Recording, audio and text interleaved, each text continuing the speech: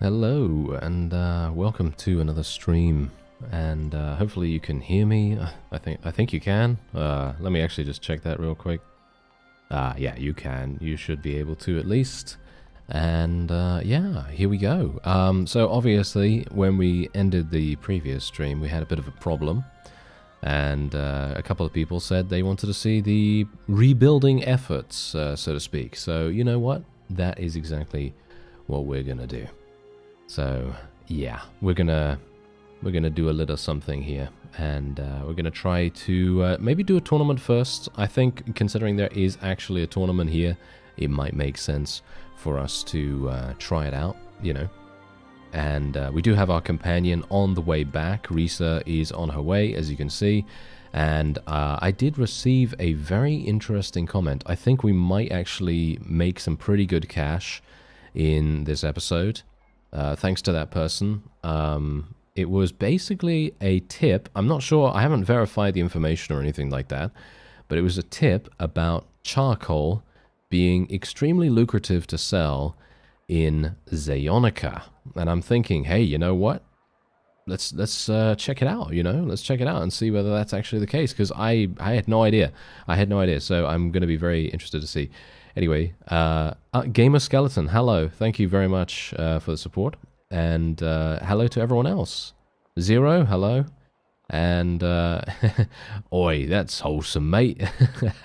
Hey there. Yes, exploit the market. Indeed, indeed. That is what we will try to do. And I've got a little bit of a different stream setup this time. So maybe the quality will be a little bit better. And hopefully it won't give me any problems, but yeah, we'll see. We'll see. I'm not getting any dropped frames at the moment, so it should be pretty good. All right. So yeah. Anyway, I think it's probably a good idea to go into the tournament. Ooh, we're gonna get a Cataphract Lance.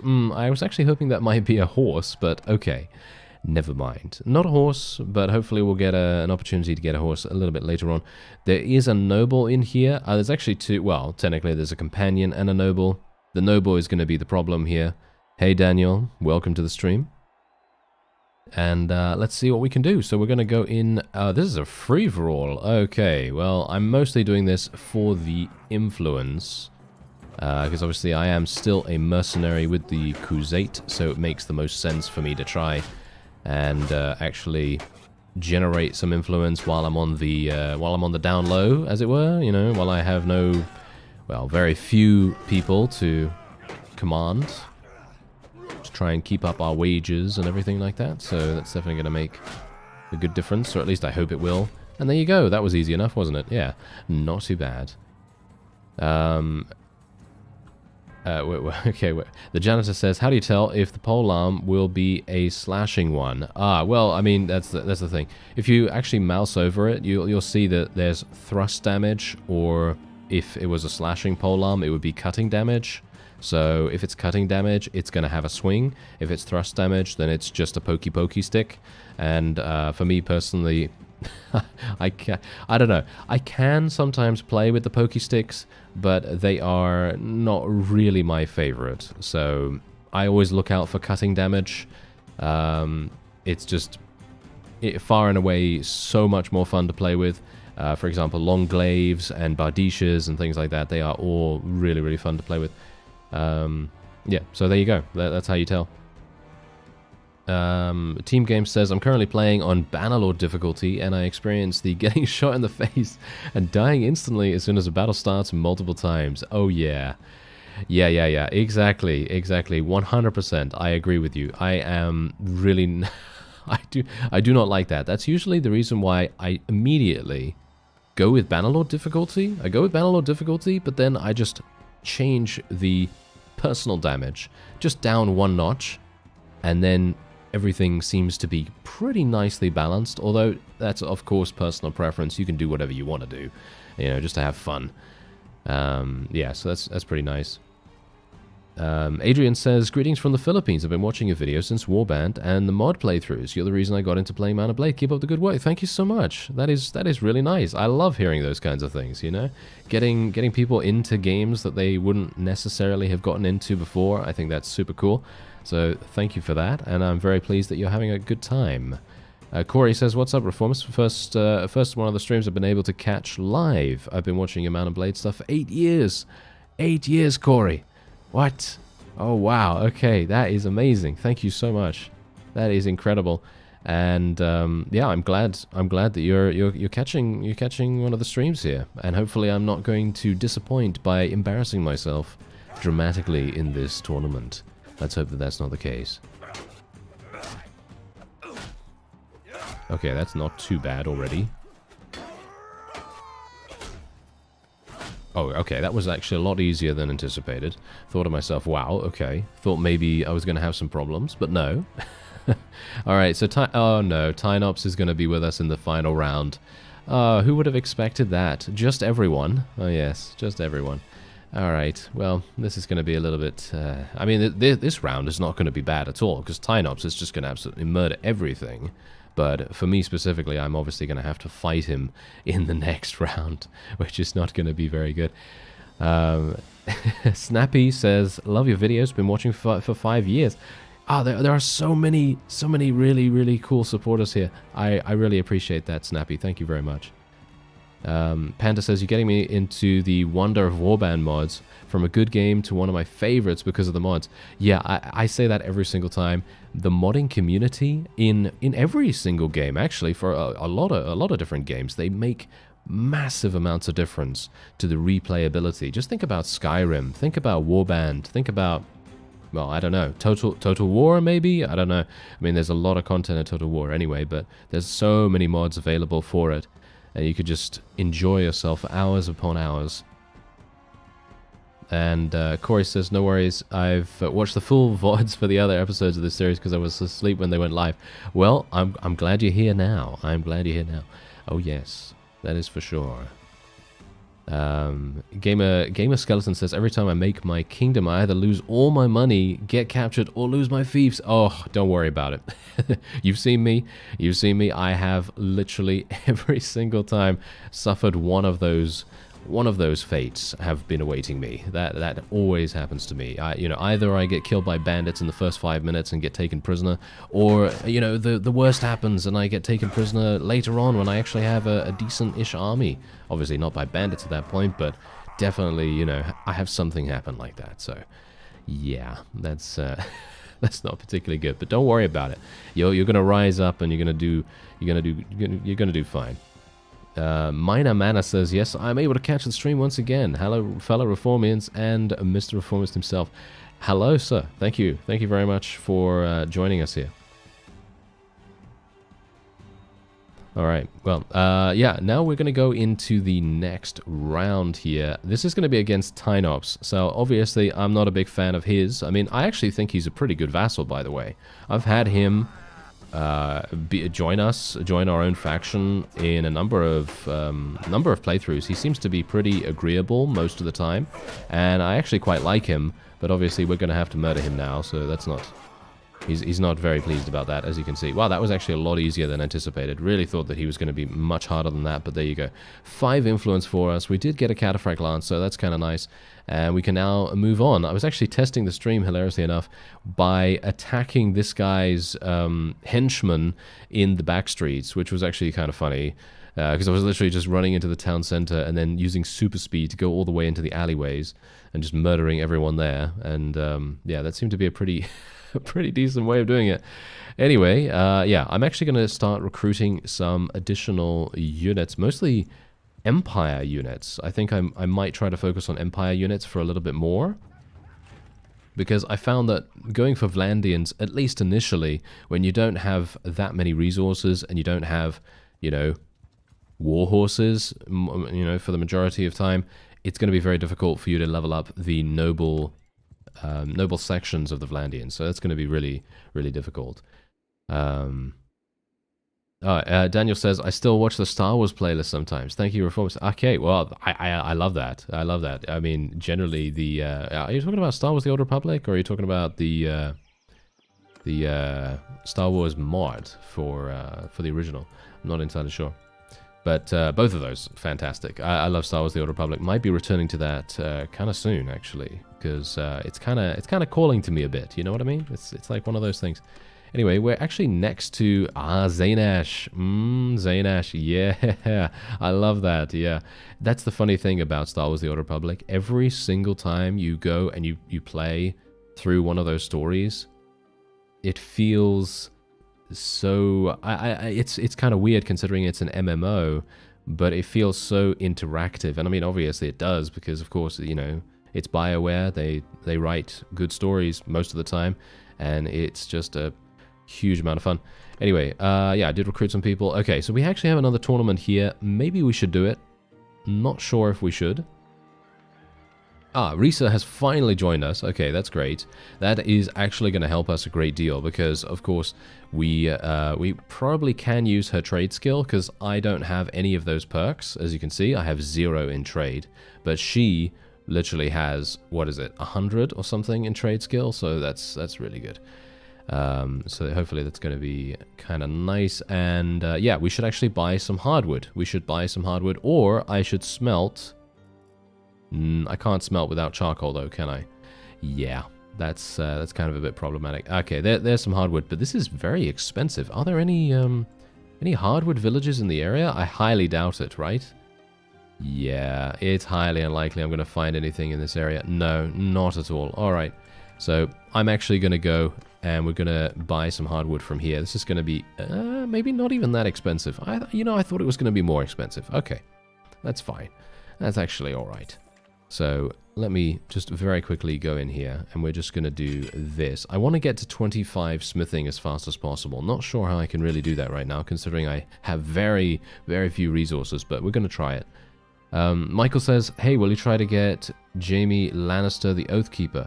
I believe are you talking about in the Realm of Thrones? In the Realm of Thrones series, Michael? Because I do have him. I do have him as a companion in the Realm of Thrones series, and he is amazing. His skills are crazy good. So yeah, I do have him. But yeah. Okay. Let me actually just have a quick look. See here. Wait a minute. Did I just? Okay. Seems like I completely missed the wooden hammers. I think I probably had to buy some actually. That would probably be a good idea, wouldn't it? So let me go and buy some wooden hammers. There we go. Okay, 610. Not bad, actually. Pretty cheap, considering. I actually should have bought these instead of the hardwood, I think. That probably would have made more sense. Oh, well, never mind. I mean, I kind of need them anyway, because we can't smelt without charcoal, right? So there you go. I'm just going to do this a little bit. And then we are... Oh, wow, look at that. Oh, the stamina. The stamina is annoying.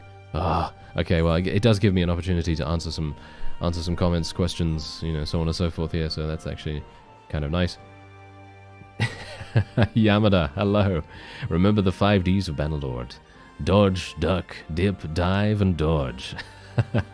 Yeah, if only I could listen to at least, I don't know, 1 out of 5 of those, then I might not die as often. That would be kind of nice, wouldn't it? Yeah. Anyway, now I have. Oh, there we go. That was actually not that slow for me to get my my stamina back. So it's pretty good. All right. So let's just continue to do that. And unfortunately, smelting doesn't seem to give any experience or very little smithing experience at all. I think that needs to. I think maybe that needs to be tweaked a little bit in the native game, because as it stands, I'm only getting stuff from refining rather than from smelting. I feel like you should get more experience from smelting, but maybe that's just me. But yeah. Has Bannerlord changed a lot now that it is full release? I played it a year ago and it was meh. Mod compatibility with the different versions made it a living hell for me.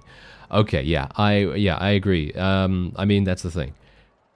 Definitely check it out now, because there are a lot of different changes that have been made that are actually really good and improve the quality of life significantly. But you've got to be very careful, because obviously I personally feel like a good way to go is basically just getting Chaos's tweaks. I think if you don't want a huge amount of different mods, Chaos's tweaks is the way to go. Every single time.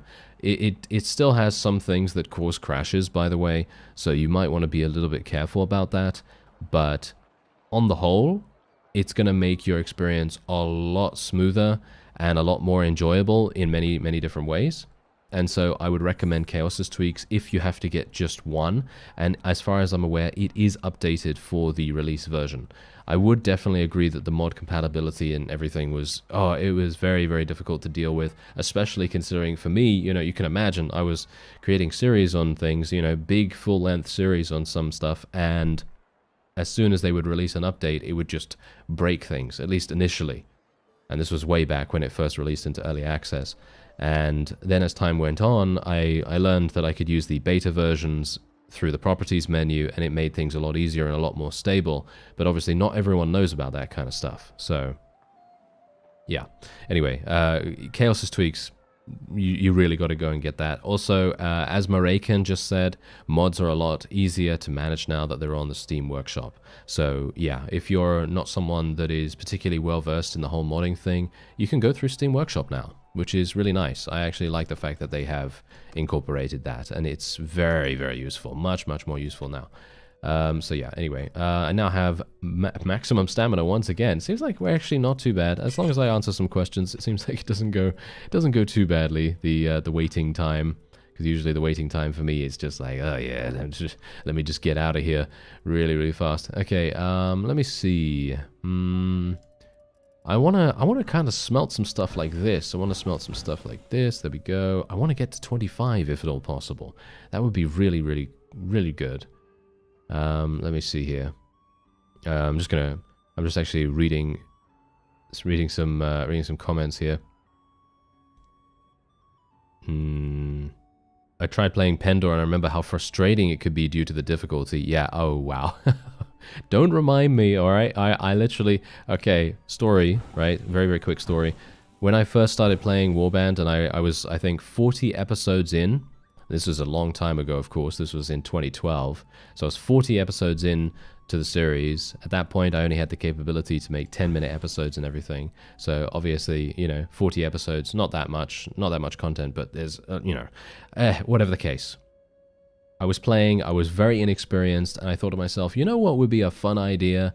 I'm going to download Pendor, and I'm going to play the hardest difficulty mod at the time that there ever was, and I'm going to crank the difficulty up to the maximum it can be. And you can imagine how well that went. And I think it was in episode 11, episode 12 of Pendor that I decided to do that, because a couple of people said, hey, you should raise the difficulty, you know, it's more realistic, it's more fun, and so on and so forth. And I I did that.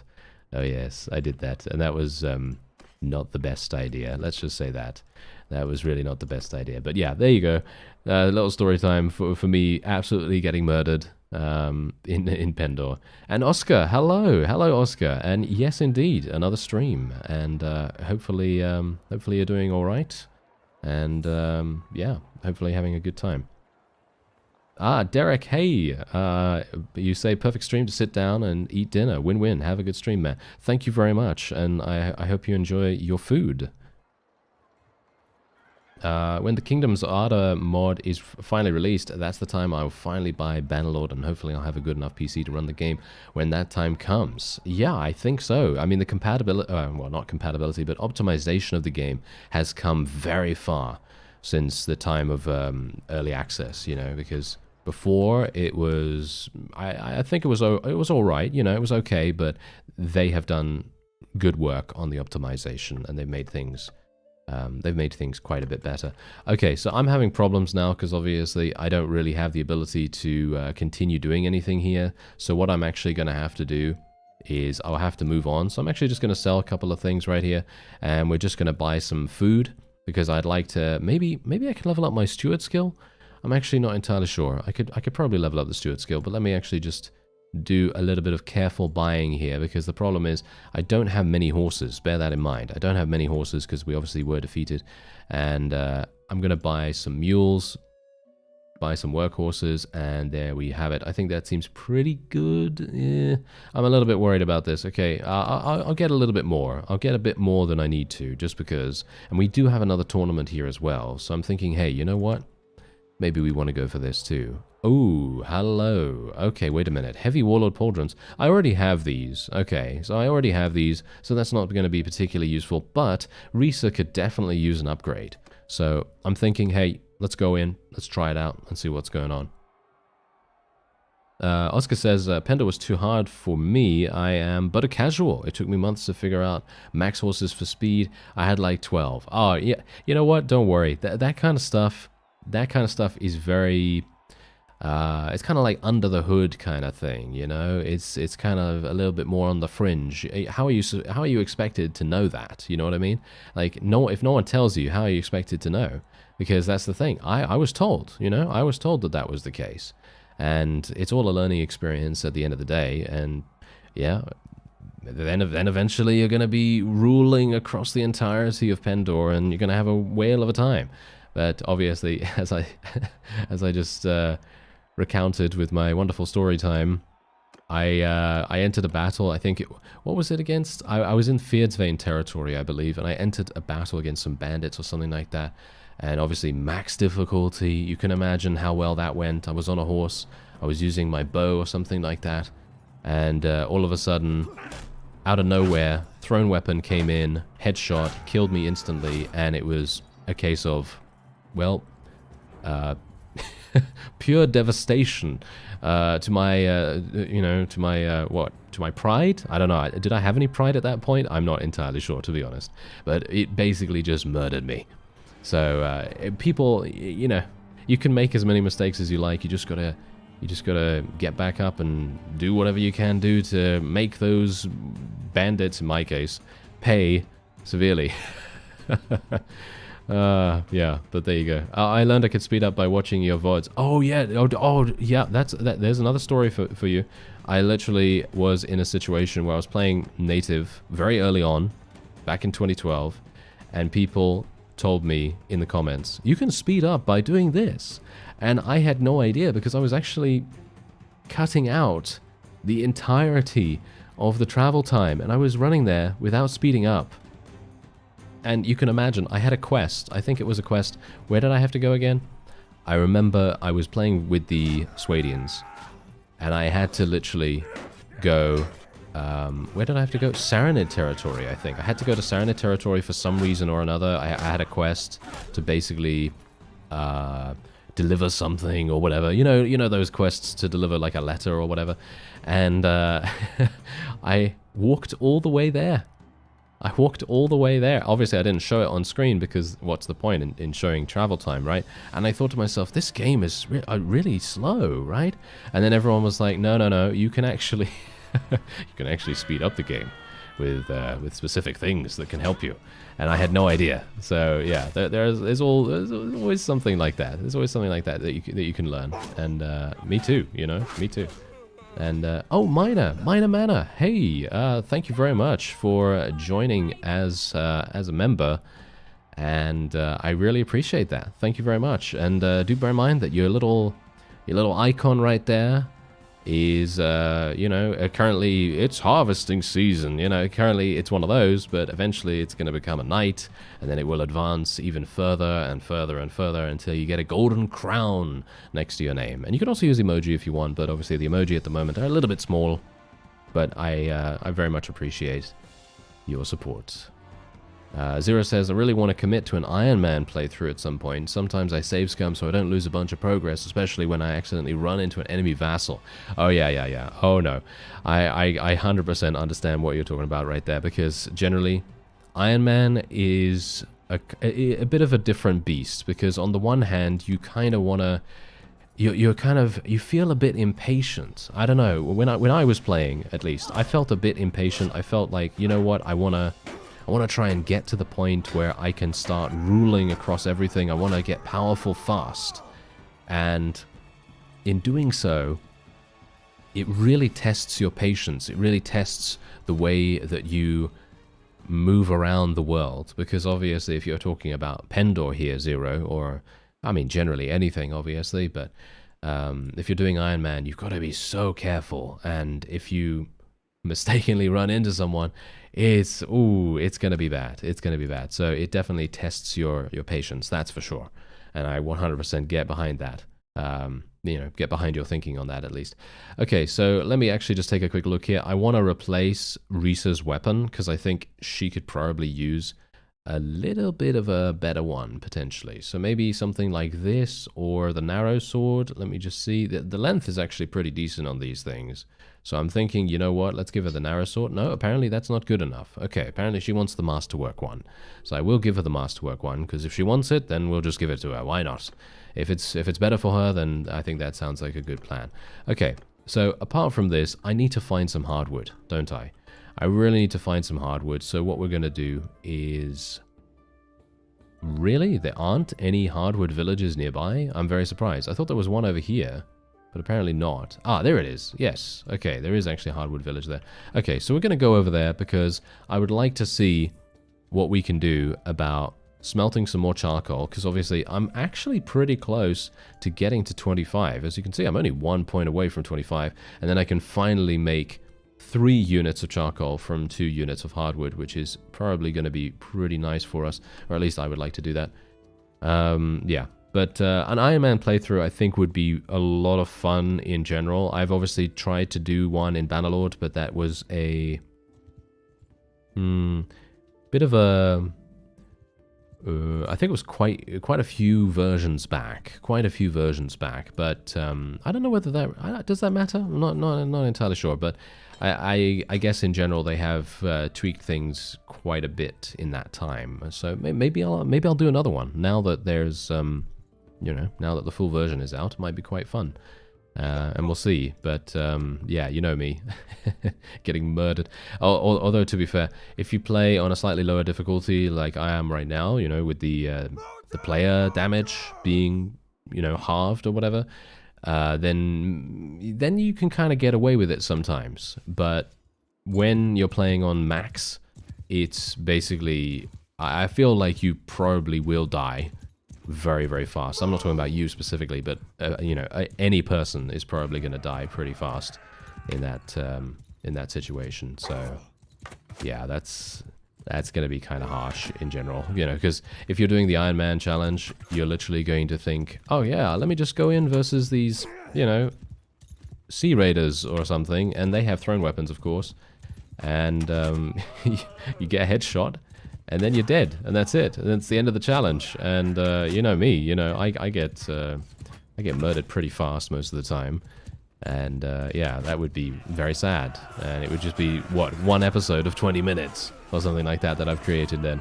And that would not be too good. So I'm not sure how I'm going to get around that, potentially, because obviously, as I say, the damage modifier really makes it very difficult.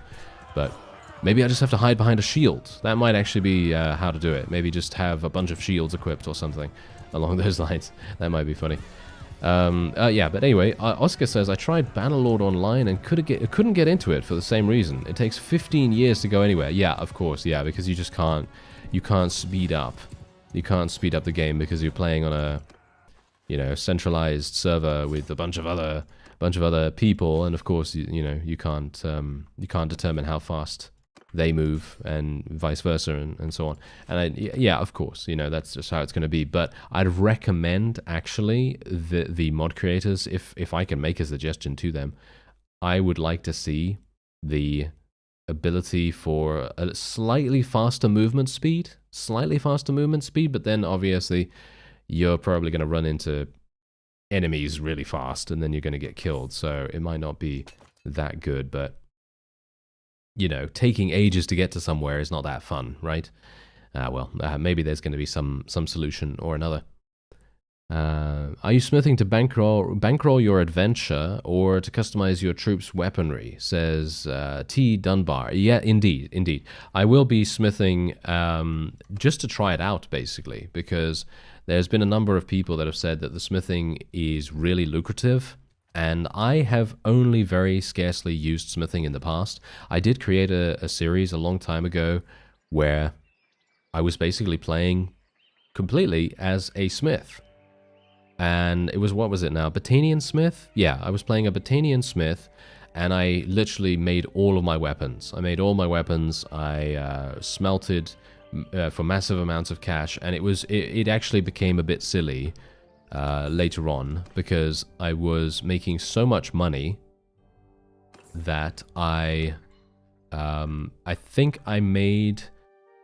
I didn't have enough. I actually didn't find enough money in the marketplaces for them to actually give me more. So I basically had to limit the amount that I sold at each of these marketplaces. And that kind of says everything, because at that time, towns didn't have that much money at all, and I was bankrupting them almost immediately. And I had, I think, 2 million, or I don't know, I had a huge amount of money, and I was just continuously able to make it with very little downside.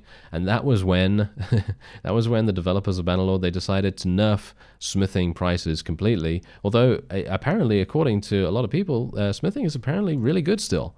So maybe it's going to be good for us. Maybe it's going to be good for us, and that's the reason why I'm kind of trying it out. So hopefully that answers your question. But it might be kind of fun to actually create our own weapons as well. But I am using this amazing two-handed axe, and I'm not sure if I really need anything else, but we'll see. And our new member, Minor Mana, says, Dear Mr. Reformist, becoming a member is the least I can do, as I've been watching your videos for years, and they have helped me through really rough patches in life. Oh, I'm sorry to hear that. Well, I'm sorry to hear that you went through rough patches, but obviously I'm pleased that the videos have been helping you. Even just a smaller bit, you know, even just a small bit, I'm happy that they have assisted you in some way or another, and I really appreciate the support. I really do. So thank you for that. Zero says max player damage is insane. Got killed by a looter with a pitchfork. Yeah. Okay, Zero. Oh yeah. Yeah. That is my curse. That is my curse. That happens to me every. Don't even get me started. I'm not even going to talk about that. It happens to me every single time. Okay. Ooh, we actually got to 25. Wow. Okay, that's amazing. So let's actually do efficient charcoal maker. There we go. And now we can finally go in here and create 3 charcoal. This is amazing. Wonderful. Okay. Yeah, and Maracan, yes, 100%. I just hit my hand on my desk. Ow. Never mind. Maracan, yes, 100%. It's no longer like a tier 1 javelin is worth 100k worth of goods, but it's like a tier 4 two-handed sells for 10 to 20k. Yeah, exactly. Yeah, back then, you could make a javelin really, really cheaply, and then you would have insane amounts of cash. And 100%, you are correct about that, with it being not as profitable, but it's still relatively, relatively profitable. Yeah, but it does take a long time to learn the parts. That's true, T. Dunbar. Yeah, very, very true. Oh, Minor, you say, and as it is 3 a.m. and I'm working in a few hours, I must leave you. Stay reformed, chat. Okay, well, sleep well, and I hope you have a good day tomorrow. And see you again soon. Poor desk. Yes. No, it's fine. It's fine. It's all good. It doesn't get that kind of treatment all the time. That's for sure. It's a rarity. Anyway, there we go. Whoa, we're getting massive amounts of charcoal right now. Super nice. Okay, so that's really good. You know, I'd love to see smelting not cost any stamina. That would be amazing. That would be so incredibly good. Oh well. Philios says, Reformist, what is your most missed total conversion mod from Warband? Oh, that's a difficult one. You know that's a difficult one. That's very, very tricky. I'm gonna have to say there's a combination of things. Obviously, you've got to bear in mind that some of these were a little bit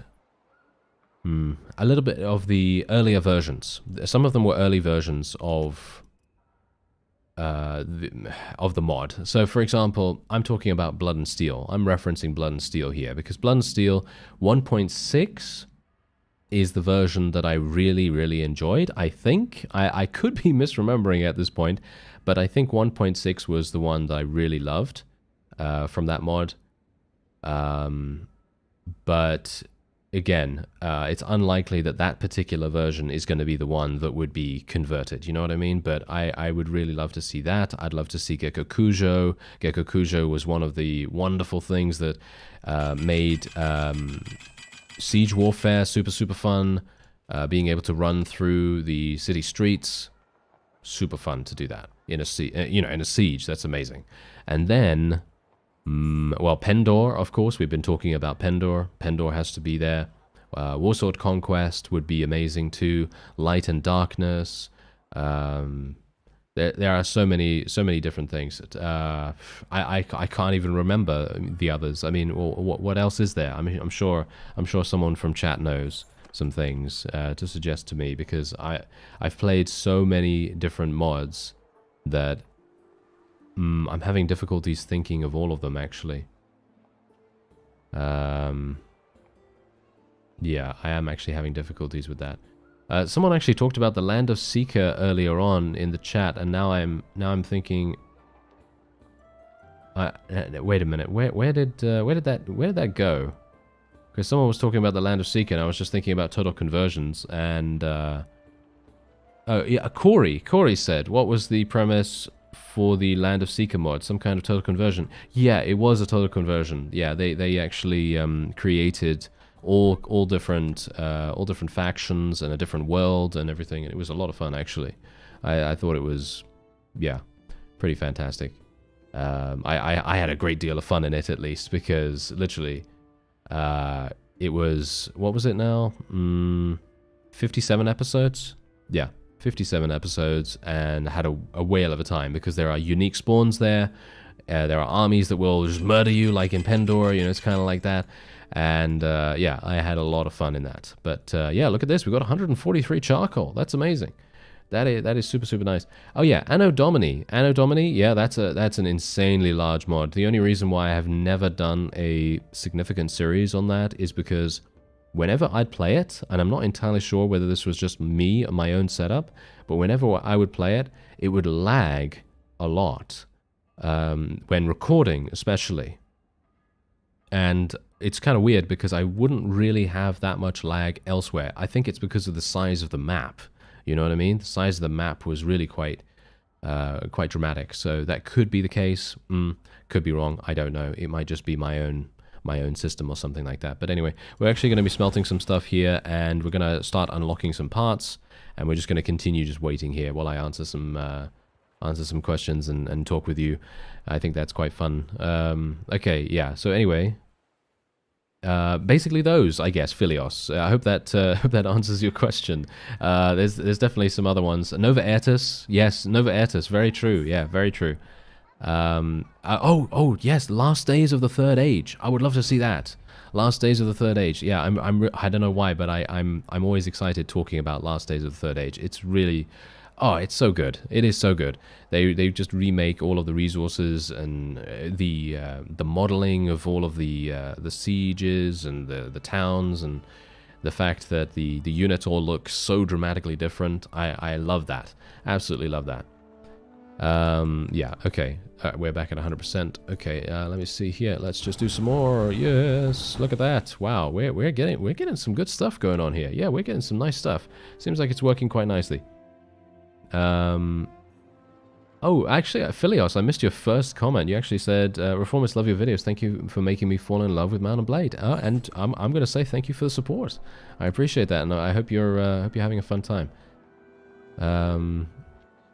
Adjective Oreo, hey. Yeah, I know you. Oh, yes. Actually started playing again the other day. Been having a ton of fun playing Trade and Roguery, and trying to mostly use bandit units. Ooh, that's fun. Oh, that sounds like a lot of fun, actually. That really does sound like a lot of fun. I gotta say, one of my favorite series ever of Bannerlord, and this I don't know whether this is surprising. I don't know whether I've said this before, or 100 times or 1,000 times, because I think I have. But I loved the Trader Lord series. The Trader Lord series, where we played as Pelosaur, the legend, you know him.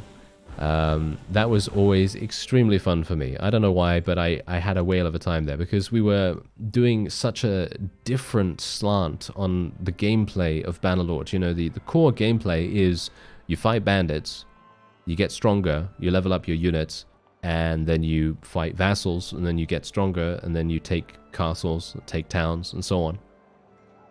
And the Trader Lord series completely turned that on its head, and we did something completely different, where we basically didn't even fight anyone. We just went around manipulating the various economies, and it was just wonderful, absolutely wonderful fun. And then we just started buying everything with our money, because we had so much money at that point. Anyway, I'm actually going to go in here very quick and see if they have some Pugios. They only have 2. They only have 2 Pugios. Why do you only have 2? Are you serious?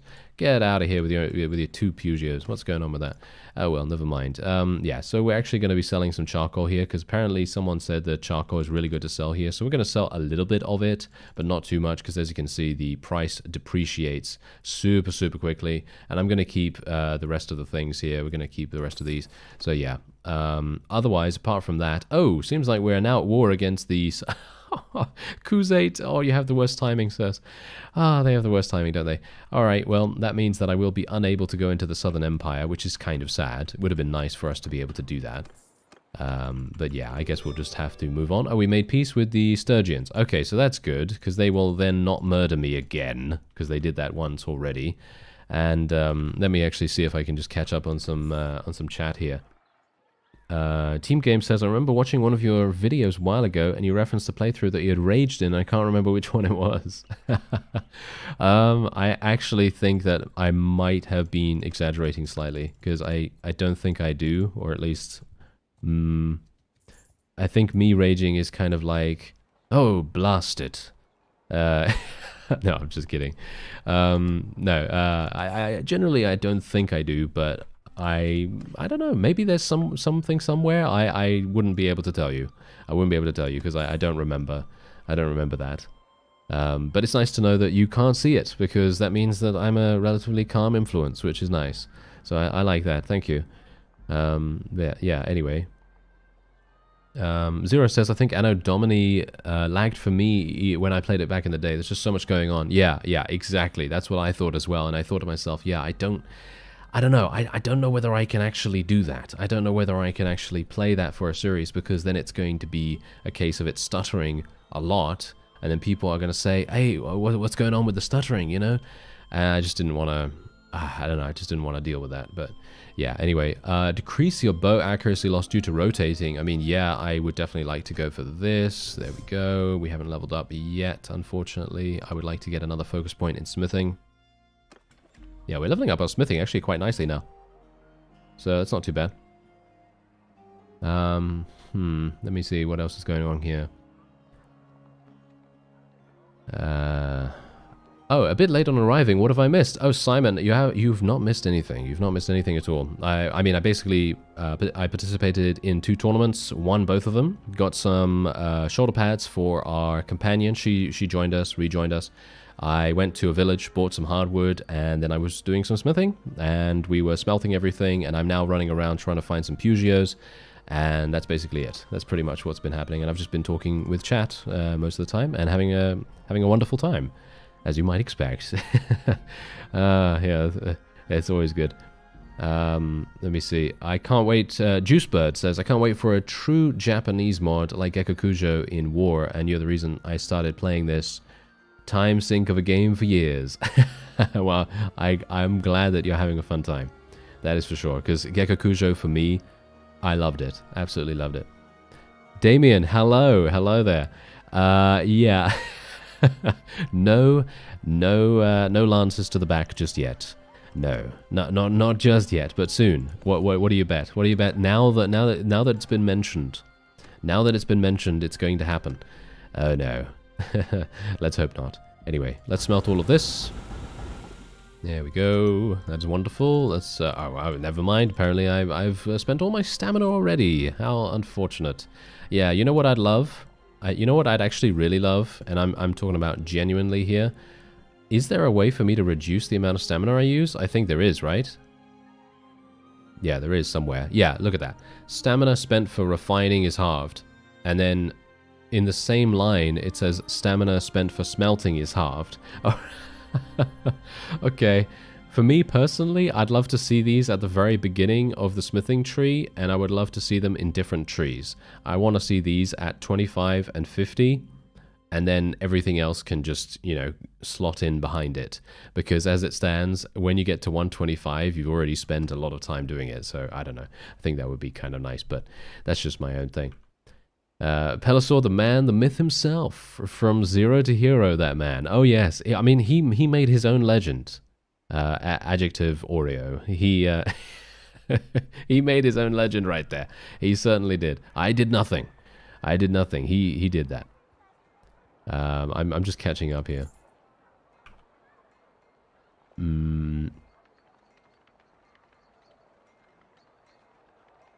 Simon says, as of current, with my Vlandian character on Bannerlord permadeath, it has been a full in-game year with no standing army, saved 107,000 dinars, and most of my gear are tourney rewards, barring the cavalry's armor. Wow, that's actually really, really good.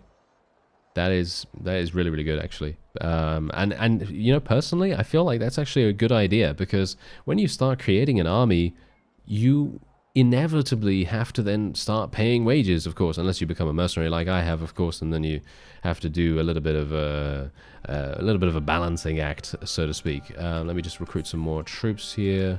I want to actually fight some people if at all possible. Can we fight these guys? I'd like to take an escort caravan mission if at all possible. I think that would be amazing, but of course I don't have that much in the way of I don't have much combat strength, let's just say that. There is a tournament going on here, so I think I might try to do that. I am moving so incredibly slowly. Why am I moving so slowly? I think it might be the fact that I need more horses. Yeah, that would probably be a good idea. So I will actually stop off here, get some more troops, and then what we're going to do is we might actually just go over to one of these villages, just get some horses, and we're also going to be buying some Pugios here if I can. No, there are no Pugios here. That's unfortunate. That is unfortunate, but that's actually not too bad, because I can actually instead buy some wooden hammers, and that's exactly what I'm going to do. I'm going to buy 16 of those. And, okay, let's see what else is going on here. Will you play Perisno, says Queen Sheza. Will you play Perisno if it comes to Bannerlord? They talked about it. Oh, they did? Really? Aha, okay. Well, yeah, I'm happy to do that. As I say, I'm pretty much on any total conversion for Bannerlord, because that's always extremely fun. I don't know. It very much depends. I know some. I think someone from the modding team from Perisno didn't really like me playing their mod, but I don't know. Maybe that was I don't know. Maybe that's a long time ago, and maybe I'm misremembering or something. But whatever the case, he says that's suboptimal when he rages. I think I just go, oh dear. I think that's probably what happens. Or oh my. Yeah, something like that. Rengor says, happy to catch you streaming. I've been watching your first Bannerlord playlist from 2 years ago. Ah, look at that. Okay, I very much appreciate that. Do bear in mind that that is indeed, you know, the version of the game is pretty outdated, but I love that series, actually. That's a very nostalgic series for me, because it's it basically gives you exactly what you think Bannerlord is going to be from a person that hasn't played it before, because obviously I'm going in to this game with basically no prior knowledge, with the exception of my experience in Warband, and that's actually kind of one of those things where you think, this guy should probably be pretty good at this game, considering he's played the previous one for a significant amount of time, and then all of a sudden you see, oh, he just missed his 10th thrown weapon, and he seems to be running ahead of his own units and dying instantly. Yeah, those are the kinds of things I did in that series, which I feel embarrassed about, but you know, it happens. It happens. You know, I was very excited. I was trying to get videos out for the release. I was just wanting to experience as much of the game as possible, and I experienced the prisoner taking mechanic very early on, so that was wonderful. Yes. Yeah. Anyway, Oh, muffins. Ah, Philios. Yeah. I don't think I could ever say that, but yeah, that sounds kind of like that. Oscar, silence followed by a low grumble. Really? Yeah. That might actually be the most accurate, potentially. Yeah. The Bat says, I loved your old Warband series. Ah, thank you so much. I love those as well. I think that they are super, super fun. We're actually entering into a free-for-all right here. I've got to be a bit careful about this. And I'm going to be very careful not to die from any of these pole arms. I want to try and eliminate this guy if at all possible. He's probably going to be the most difficult for us to deal with. Although all these guys with pretty heavy armor on, we do need to be careful with them. Oh no. This is a bit problematic, isn't it? Yes, new Star Wars Conquest mod, Isaac. Yes, indeed. Star Wars Conquest would be amazing. And generally, it kind of makes me, you know, playing that mod, it kind of makes me want to play Star Wars Battlefront 2. And I'm talking about the 2006 version, or, you know, whichever version it was before it was remade. You know, that one. It makes me want to play that and play Galactic Conquest. I absolutely love Galactic Conquest in that. It's absolutely amazing, super, super fun. And that's what that mod makes me want to play, you know, because you can play as a, you know, you can play as a Sith, you can play as a Jedi, you can play as any of the troops, you can play as droids and so on and so forth. It's just so much fun. And it kind of makes me want to play that when I see that mod, which is funny. But yeah. Ah, yes, smithing, the great and tedious chore of smelting and refining. Ah, yes, indeed, yeah, absolutely. It's actually, I feel like it's going quite smoothly, surprisingly enough. I'm not entirely sure why it would be going so smoothly, but it feels not as bad as I thought. I think initially it is going to take a bit of, as you say, a bit of tedium to get to where you want to be. But I think after the initial slow start, you can kind of get a bit of a rhythm. And I think that's quite nice. I guess it does actually help if you talk, you know, to some wonderful people while you're waiting for your stamina to regenerate. But before that, it's kind of, yeah, you know, you kind of have to wait for it a bit annoyingly. Yeah, okay, wait a minute. Let me actually... Oh, Oscar, thank you so much for the super. Thank you. Thank you very much. That is super nice of you. Have a coffee or snack on me, sir. Yeah, I will. Thank you. That is wonderful. Thank you very much. I really appreciate it. I'm sorry it took me so long to get to you, actually, because I'm just I'm all the way scrolled back up on the chat, and I am not even where we are in the current scheme of things, because I'm just reading through everyone. I don't want to miss anyone, you know. Athletics rest boost can really help. Oh, really? Really? Do athletics actually help with your stamina regenerating faster? Okay, that's news to me. That's actually going to be really, really useful then. Okay, so that means that maybe I need to put some points into stamina. Yeah, let me put some points into stamina while I'm at it. Yeah, that sounds like a great idea. Let me put 10 billion points into stamina so I never have to rest again. No, I mean points into athletics. Thank you very much. Yeah, that would be potentially useful. Okay, Risa, and I'm up against the... Oh, hello there, sir. You have some thrown weapons. I've got to be careful about this guy. Do not want to get hit in the head. Oh, I'm just going to run at him, to be honest. There we go. That's a little easier. Wonderful. Oh, we leveled! Yes, we leveled. Okay, fantastic. I love that. Alright, that's great. Let me see. Even though I'm Vlandian currently, my Botanian heritage is showing, as I don't want my party's wages dependent in the hands of another. Ah, see, that's the reason. I was talking about becoming a mercenary before, I suppose, and that's what you're referring to. Yeah, that's true. That's true. I just generally think that maybe becoming a mercenary, it feels like it has no downside. Because apart from the fact, okay, admittedly, your faction could declare war, and then you're locked out from a particular, a particular place. Like, for example, I can't go into the Southern Empire right now without getting absolutely murdered. So yeah. I guess so. Richard, hello Richard, and evening to you, and welcome to the stream. And Adjective Oreo says, do you all think there needs to be a significant change to engineering? It seems to me... Oh yeah, it seems to be the most ridiculously slow leveling skill. Yeah, I gotta say, I do feel, yeah, I do feel like engineering is pretty slow. I think the one thing that actually helps with it is at least what I found, is if you call for an army and you have a bunch of vassals in your army, it makes everything a lot faster for you to build it. And if you're the engineer for your own, for your own clan, and you set yourself as the engineer, your engineering skill seems to level faster because all of it is being done just that much quicker thanks to the help of all of the vassals in your army, if that makes sense. Did I explain that right? I hope so. But whatever the case, it kind of assists you in leveling up. So maybe that helps you. I don't know whether you're already doing that. But yeah, that's the kind of thing that I found has been quite useful to know.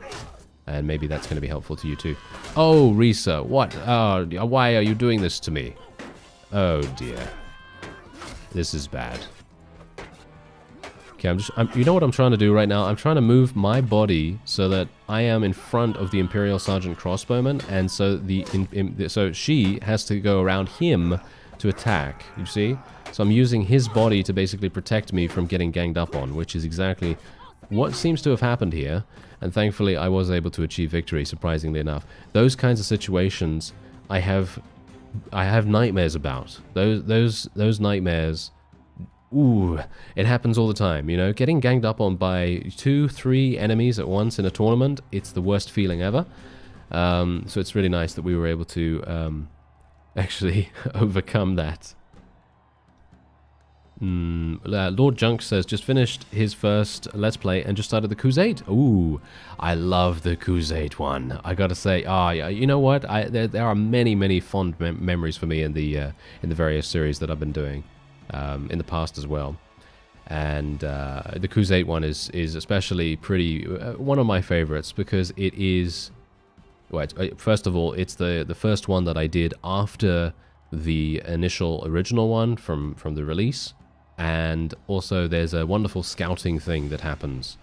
I'm not going to spoil it for you, but there's a wonderful scouting thing that happens kind of in the late teens of the episode, so like around 17, 18, 19. That was a pretty fun thing.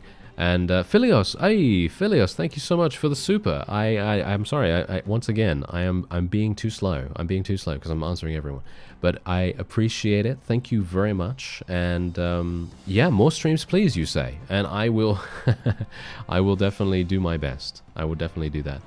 Okay, so here we go. Let's go in. I've got to make sure that we do what we can and try to get this done. There we go. Oh well, that was a lot easier. All right.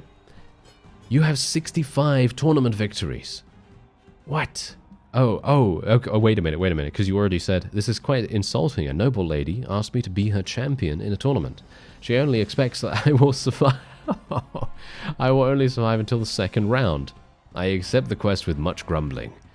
You have 65 tournament victories.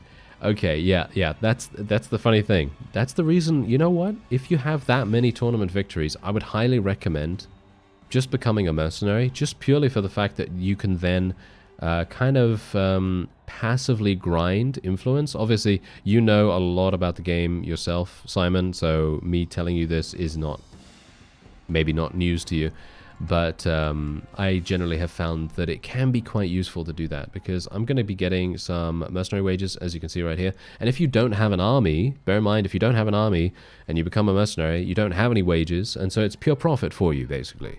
Or you're going to have, very few units in your army, at least. So maybe it's something. Maybe it's something to consider. I don't know. But otherwise, there's a bunch of people making armies here. I don't really care about them.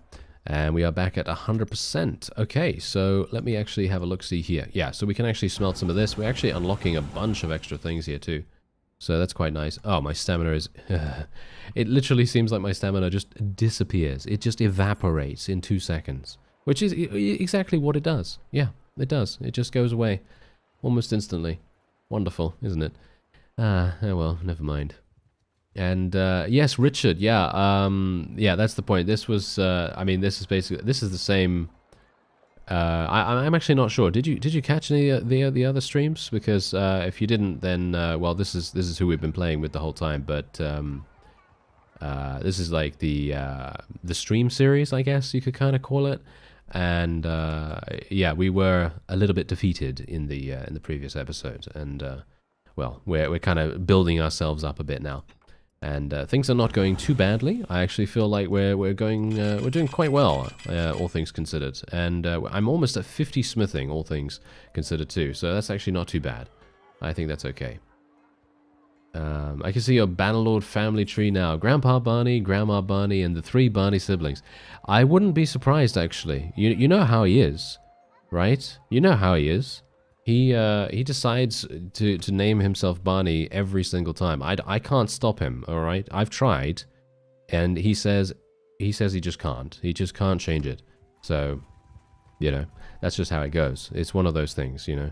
And at one point, I literally said to him, hey, you know what? Maybe we should call ourselves something a little bit different this time. And then he said no, and then he showed me his contract. And apparently, on the bottom line in the small print, it says that he must name himself Barney every single time. That's what's going on there. It's just a contractual obligation. And then I just thought, okay, all right, fine. If he wants to do that, then he wants to do that. I can't stop him, and that is exactly what he's going to do. So, yeah. Oh, YOLO. Hey, thank you very much. You say, not gonna lie, best YouTuber with the best voice. I very much appreciate that. Wow, that's very kind of you. Yeah, it doesn't take a whole day to refill the stamina. It's about 8 to 12 hours for stamina to be, you know, when waiting in town. Yeah, that's actually true. It doesn't seem that bad, actually, the stamina, but I don't know. I don't know. It's one of those things where I'm thinking to myself, do I really want to be waiting in a town? I don't know. Do I want to be waiting in a town? I suppose it's okay. Ooh, we've got some orders here, actually. We might be able to do this. This can give me a good amount of smithing skill. As far as I'm aware, someone told me a while ago that doing orders actually provides you with good smithing skill. I'm not sure if that's the case in the release version, because I've not done any yet, obviously. You've seen all of my adventures so far in the release version. So, we'll see. We'll see what's going on here. So this is... Ooh, the order difficulty is... Okay, wait a minute. No, we can't do it yet. We can't do it yet, because I don't have any of these unlocked. And this is going to... Yeah, no. No, unfortunately, I'm not able to do this because we don't have these lower tier difficulty things. And it's basically going to turn a... it's going to make an item basically pointless. So, unfortunately, we're not going to be able to do that. But am I at full... Yeah, I am at full stamina, so I might as well forge something myself. So let's go and actually make a two-handed sword, if I can actually make one. I think I should be able to, right? Simon actually says, it is very good profit, revenue income source, true. I might for 50 Vlandian banner knights and ride out as a mercenary. Of course, I'll get a contingent of Battanian archers. That sounds like fun. It might be a clause and contractual obligation to be named Barney. However, the terms have not specified how the name should be split. Oh no, it should be spelt even. Hence, due to technicality, you can have Barney be named Barney. Okay, that's very funny. That is very funny. Okay. Adjective Oreo. You know what? I'm gonna have to make a character in the future, whether it's just a special feature character or something, or maybe even a full one. I don't know. I might have to I might have to call a character Barney. That would be, yeah, that would be very funny. Okay, well, whatever the case, let me see if I can actually create a two-handed sword here. Okay. Well, there you go. I made it. Yay, look at that. I made a two-handed sword. That's wonderful. It gave me basically no skill whatsoever. Okay. Can I actually change this at all? No. Yeah, I need more parts. That's kind of unfortunate, isn't it? I'm just going to make this generally larger just so we might be able to get more... Am I getting any skill for this? Yeah, a little bit. Wow, really? I just made all these two-handed swords and I basically got 1 point in smithing. Okay. YOLO says, can you turn stamina off without mods? As far as I'm aware, you cannot. Which is, in my opinion, a bit of an oversight. I feel like it might be kind of cool if they did have that as a native option. I think that would be really, really fun. But obviously, yeah, that yeah, it's not really going to work too well. Solomon, do the orders. You say to do the orders. That's the thing, Solomon. I am not sure whether I can actually make that work, because the difficulty of the mace that I can create is much too high, and I'm going to disappoint the guy, and he is a person that I can recruit from here. So I'm not sure whether I really want to do that, because you can see here, the mace that I can currently make has a difficulty of 78, you see. And I can't actually create these because I don't have them unlocked. So, should I do the order anyway? If you can turn salmon off, no.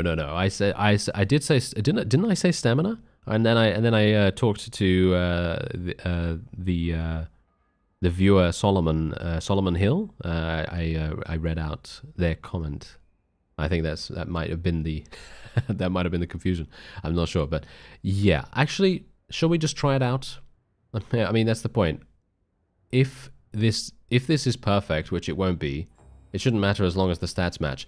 Yeah, that's the thing. The only thing I'm concerned about here is the fact that if I do this, it's going to make. I mean, they might not actually have the. They might get what is it now? They might get a deficit in terms of statistics. You see? So that's why I'm thinking that maybe it would not be that good, because you can see here my weapon reach. My weapon reach is too low, so I need to raise that up. So if I raise that up to 46... Okay, well, okay, fine. We're gonna try it, all right? We're gonna try it, and let's see what happens. I'm just worried about the weapon reach right now, because if you see the weapon reach, I'm barely above it. So if I make a mistake, or shall we say, if Barney makes a mistake, because it's not my fault, it's his fault, you know. But if he makes a mistake, then the weapon reach is going to be low, and we're not going to be able to do this. Did we do it? Yes, the client is actually satisfied, amazingly enough, because the weapon reach was not lower. I was worried about that mostly, but there you go. We actually did get 104 gold for that, which is very little, but we did get to 50 smithing, which is pretty nice. So there you go. We took a chance, and it actually paid off, so thank you very much for that. Thank you very much. Okay. I see. Oreo, I see. So I think even if you make a slightly worse weapon than they like, they will still pay you. Yeah, that's the thing. I was mostly wanting the skill bonus. The skill bonus is the main thing that I was going for there, but I don't think I can make the two-handed sword, right? No way. Right? No. I don't think I can make that, unfortunately. But we do have a bunch of crafted two-handed swords, as you can see right here, so I can actually go in and sell those potentially. They sell for not too bad. So you can sell for 4,000, which is alright, I suppose. Not awful. And I now have almost a full army worth of Empire troops, so that's quite nice. And yeah, we should probably make our way on. I think maybe it would be a good idea for me to head into Azurai territory. Why do I have this village marked? Why is this village marked? Do I have a quest? No. I do not have a quest. Why is it marked? Is it because that's a noble village? Yeah, that's a noble village right there. I'm just going to unmark it. Ethan says, smelt weapons that you loot, fast resources and unlocks. Yes, indeed. Yeah, that's the thing. We're trying to recover at the moment. If you missed the previous stream, we're trying to recover from a bit of an issue. Bit of an issue with me being defeated, and I was taking some time just to kind of you know, get things rolling again, and yeah, so that's basically what we're doing. And hopefully I'm going to be able to fight some people soon. I actually would like to take an escort caravan mission. Ooh, caravan ambush. That will do. That will do. All right, we're going to do that. I've got to smithing here, and Liquid Flow says, I usually just lurk rather than chat, but I just wanted to mention I've been watching you for years and I've been to every stream so far. Oh, keep it up. Love your content, whether it's vids or streams. Thank you so much. Liquid Flows, thank you. I very much appreciate that. That is very kind of you. Kill Counter says, hello Reformist, looks like this time I am late. I'm looking forward to the video later so I can catch up. Oh yeah, no problem at all. It will be up there. It will be up there. Thank you for dropping in, and hope you enjoy. Oh Roach, hey, thank you very much. Thank you very much for the super. I very much appreciate that. And you say, hey man, been watching your vids for a while now. Thank you for years of entertainment. Thank you so much. That's really, really nice of you. And yeah, no problem from my side. I just appreciate you watching. You know, all of you. I wouldn't be here if it wasn't for all of you. So there you go. That's how it goes. You know, that's how it goes. I really, really appreciate it. Okay, so now here is the thing. Here is the question. All right. Do we want to take Curious Smelter because we're going to learn more part designs faster, or do we want to get Steelmaker so that I can turn 2 units of iron into 1 unit of steel and 1 unit of crude iron as byproduct? Do I want to do that, or do I want to do this? Because for me personally, I feel like Steelmaker is probably going to be more useful. I've always taken Steelmaker, by the way, so I'm just kind of, you know, putting that out there. But I'm thinking if we're going to be smelting a bunch, then increasing the rate of learning by 100% is probably pretty powerful, right? So I'm not entirely sure. What do you think?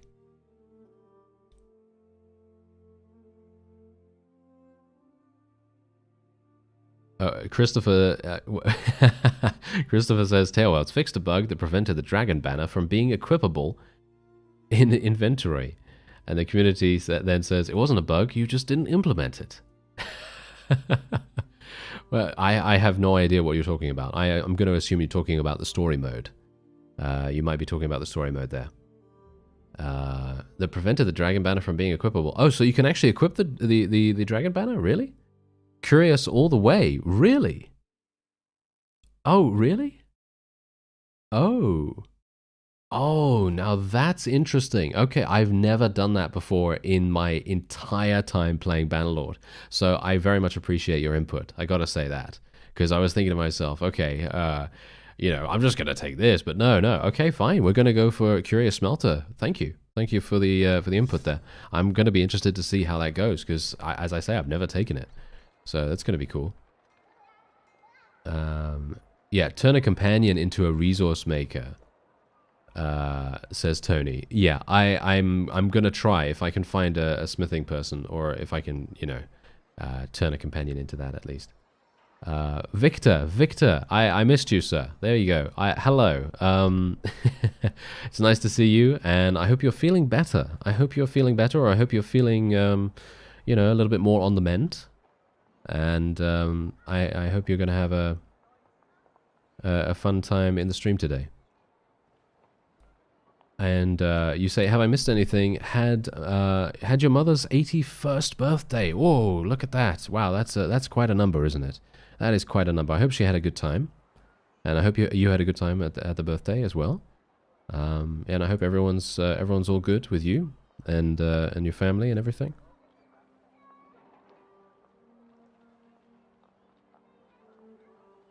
You can just have a companion learn all the steel efficiency stuff and use them for resources. Yeah, that's actually a good point. YOLO says, reform in your opinion, what faction has the best footmen and archers? Yes, I called you Reformi. Yeah, I thought to myself, wait a minute. Did you just do that? Yeah, that's fine. I don't mind. I think that's actually a cute nickname. So why not? Do that if you want to. Yeah, which one has the best footmen and archers? Okay, well, Botanians obviously are definitely going to be the ones that have the best archers. They are fantastic. The best footman, I'm going to say Empire, probably. Empire. So, for example, let me actually just do this here real quick for you. So, if I go to Empire here, and you take a look at the Legionaries or the Elite Manavliatons, both of these are really good. At least for me, and these are just regular units as well, so you don't even need the nobles. But Botanian noble archers and these guys, I personally like the Manavlions or the Manavliatons a lot more, but they don't have shields, so you've got to be a little bit careful with them, whereas the Legionaries do have shields. So if you want shields, then these guys are going to do the work for you because they have one-handed swords and they also have polearms. So they're going to be great against cavalry as well. So yeah, so there you go. For me personally, I would say Battanian archers, noble archers that is, and then Empire infantry. But obviously, it very much depends. You know, if you don't like that, then you don't have to go for that because you know it's all personal preference. If you want to actually go for, I don't know, maybe you just don't like the look of the Empire units. Maybe you prefer Sturgians or something like that. I mean, and in which case, then you can just do that. So yeah.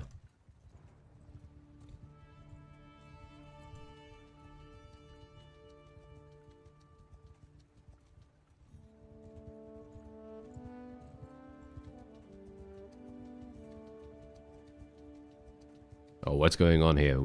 Someone's talking about marriage. Someone's talking about marriage with some vassals here. Sieger would be nice, but with dismay, this brings out my Crusader King's morally grey, if not medieval thinking. She wouldn't be able to give me an heir and a spare. Apollania, I think her name is. She's pretty strong too. Tony. We're foamist. Yeah. that's fine too. That is fine too. Anything you like. Why not both? Just set up an accident for Sieger and get the daughter. Oh, you know, Crusader Kings. I really wish I was better at that game. All right, well, anyway, here we go. We're going to go into a battle finally. It's been some time. It's been over an hour since we started the stream, and it's going to be this is going to be a kind of a harsh move. We have only got what do we have here? We have recruits. Look at these guys. Okay, yeah, they're going to be a little bit it's going to be a bit of a harsh, rude awakening. It's going to be a rude awakening for them. Yeah, Ira. Ira is someone that I've actually married in the past. And I think that she's really good, but I did get her killed. Because that happens. That happens to me. But yeah. There are some pretty good options, actually, I feel. But yeah, actually, that brings me to the next point. Maybe it's a good idea to play a female character sometimes. Because you have many, many more choices then. So, might be an idea at some point in the future. I mean, the one time I did, every single one of the spouses that I married basically died instantly, and then I gave myself the nickname the Black Widow, and there you go. Because that's generally how that's how it happened. They were just falling like flies, you know, around her, and it's pretty funny actually because that's the same character that I played in Pendor, my original series in Pendor. Iceni Frostmaiden, and I changed her name from Frostmaiden to Black Widow because obviously she just continue killing people. Not really meaning to, of course, but whenever a battle would happen, boom, something would befall them, some random some random event or some kind. But yeah. Oh, Ira scares you apparently. Weirdly enough, Ira scares me. Even Regea doesn't trust her to lead. Oh, really? Oh, okay. Well, oh wow, Christopher. I married Ira, did one battle, charged in on my horse, took a throwing spear headshot at max speed on a noble mount, 600 damage. Woohoo! Okay, yeah, that is some damage. That is some damage. I hope you had a fun ragdoll at the very least. And Philios, I'm so sorry, I missed this. Super. You gave me another super, thank you so much. This one is for my brother, champion of the Reformian Royal Guard. Ah, well, thank you so much. That is really very much appreciated. And yeah, that is wonderful. That is that is very kind of you. Nadea it is. Have to cause an accident for her current spouse and the abominations she spawned with the undesirable. I see how it is. You've joined, well, not joined the dark side, but you live in the shadows. You know, you live in the shadows. And what is the Bane quote again? Yeah, you know what I'm talking about. The Bane quote of some kind. You know, what is it now? You fear for the shadows, but I live in it, or something like that. Oh, I don't know. I can't remember. Needless to say, I died, and Eero was my only option to choose to play as a clan leader. No! Oh my... Oh, really? Oh, wow. Yeah, I'm actually hoping that I mean, here's the funny thing. I'm not hoping I die, but, yeah. You adopted the darkness, I was born into it, or something like that. Philios? Yeah, you got it. You got it. You know what I'm talking about. But yeah. Yeah, well, anyway, as I was saying, I'm not hoping I die, but I actually wouldn't mind seeing the mechanic surrounding it, because that has never happened to me. I've never actually gotten into a situation where I have died. Well, or should we say my character has perished, which is really weird to me. I'm not entirely sure why that hasn't happened, but whatever the case. Who's this? Laria the Exile. Oh, she has good steward skill, but I'm actually wanting my oh, she has good steward skill. Okay, fine. I guess I am actually going to be getting her then. There we go. And we'll ransom our prisoners, and we're going to do this quest as well. The Army of Poachers is a great quest for some leather, so we can actually sell the leather too. Yeah, that's the thing, Tony. Yeah, okay, fine. I wasn't actually trying to... humble brag there, but I was trying to say that I just haven't had that thing happen to me. I mean, like, I've died many times. You've seen it. You've seen it with your two very own eyes, you know? You've been there, and I've died many times, and I just haven't had the event play. I don't even know what happens, you know? I guess you just... I don't know. I guess you just fall over and it says, "Oh, you've died. Now, now play this person," or something. I don't actually know, but that's the reason why I say I think it would be kind of cool if we could get that. But I don't know. Sir Vival, good morning. Hey, welcome to the stream, and yeah, I'm pleased to have you here. Now, let me see if I can actually... I need to wait here for some time, don't I? Yes, I need to wait here. Sometimes I need to remind myself on these tasks what I actually need to do. Because sometimes... You know how it is, you know? Sometimes I take a task and then I go somewhere and I think, oh, wait a minute, I need to do this thing, not that thing. And it's because they're kind of similar, I suppose. Anyway, let's fight the poachers. Unfortunately, it is at night time, so hopefully you're going to be able to see. Seems like the villagers have a couple of torches outside, so it might not be that bad. Or at least hopefully. I wonder, what if your only heir was married to a different clan? Says Adjective Oreo. I actually wonder. I would assume they would join that clan. Isn't that true? I mean, I know that actually, something like that actually happened in my Land of Seeker series. I don't know whether you saw that, but whatever the case, if you didn't, basically what happened was I gained a companion from from the main quest line, actually. But a marriage proposal came in for that companion. And I thought, oh, this is amazing. That means that I can get a vassal to join me. But no, it was actually a female companion. And that companion went and joined the other clan. And then I lost her forever. And I couldn't even get her back. So, yeah. So that's pretty awful. But, obviously, if it's male, I don't know. That's the point. If it's a male heir, then what would actually happen with that? And also, Richard, 100%, you are correct. We did actually have a situation where I did die. I actually had a mod that was changing the likelihood of my death. I think it was called like Heroes Must Die or something like that. Yeah, I think that mod that was what it was called at least. And I modified the chances of my own death to make it more likely, basically. And I seem to remember very vividly that indeed you are correct, where we did actually die. And I was hopeful that I would be able to take over as my brother or whoever else was in my clan. And it just never worked because it crashed for some reason. I don't know. So I was actually really hoping to to actually get to experience that, you know? And that's what I mean, you know? Even though the crash happened, it would have been cool to actually find out what would actually transpire after that, you know? That's the kind of thing I'm referring to there. Anyway, ooh, look at that. Nice amount of leather. Not as much as we could possibly get, but a decent amount.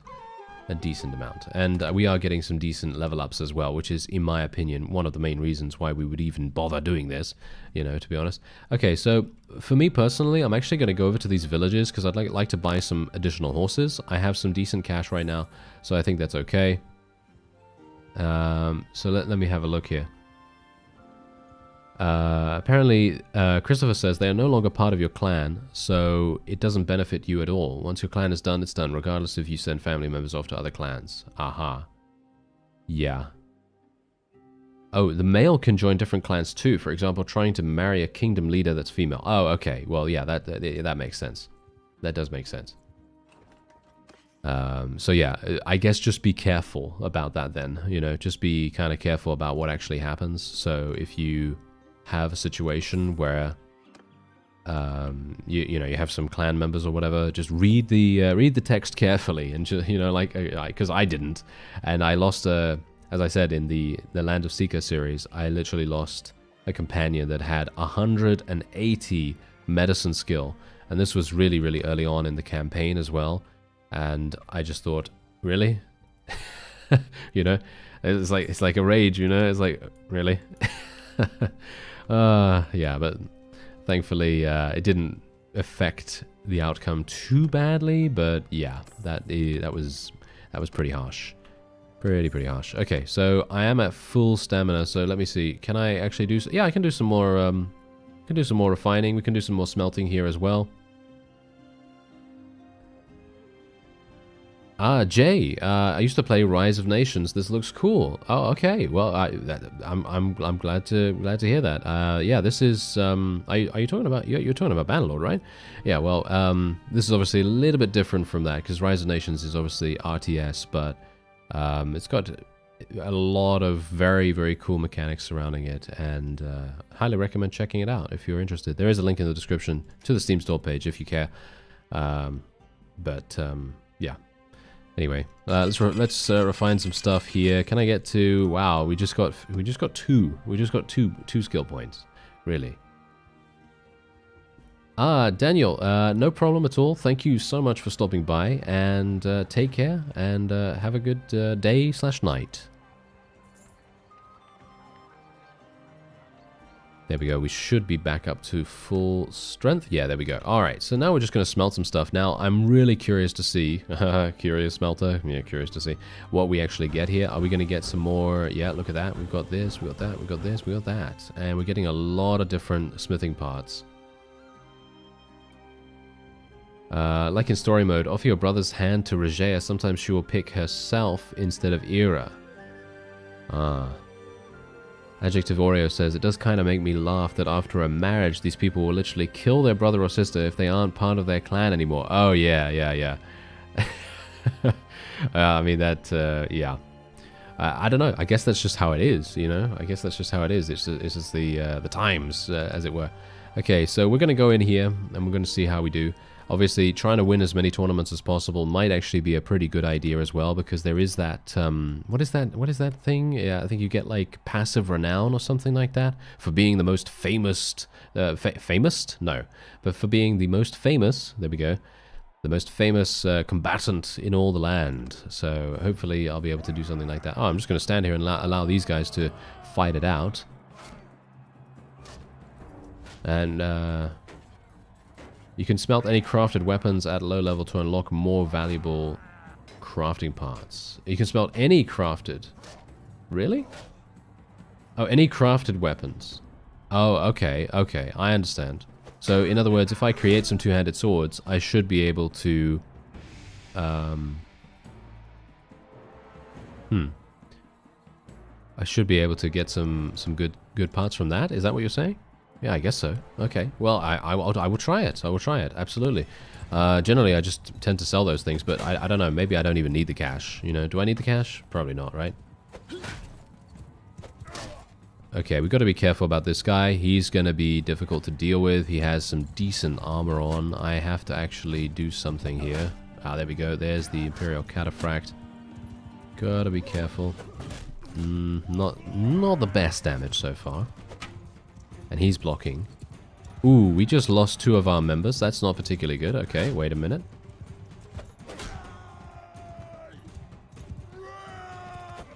Okay, that was ill-advised for him to do that. Did he have a dagger? It seemed like he had a dagger or something. I have no idea what he was even trying to do there.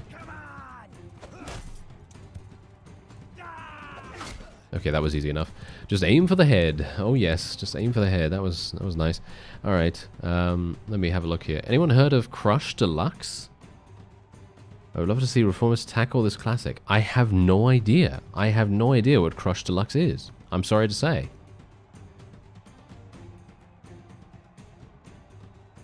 If there was a more robust intrigue system in Bannerlord, who knows how many indirect deaths I can cause and how many people I can elope with before playing the Grieving Widower once more. Yeah, I think that's the funny thing. I think a lot of people would love to have seen something a little bit more in-depth, like not as in-depth as Crusader Kings, obviously, because let's face it, that's very, that is very in-depth.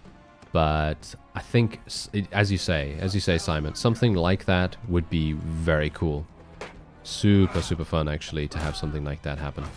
I mean, you could roleplay it, obviously. You could roleplay it, but obviously the game doesn't really, doesn't really do that. So it's kind of a bit of a shame, I gotta say, actually, I'm finding the tournaments in Empire territory to be pretty easy. I'm not sure why that is. I'm kind of a bit, I'm a bit confused. Let's just say that. I'm a bit confused because I'm thinking to myself, well, this is pretty simple.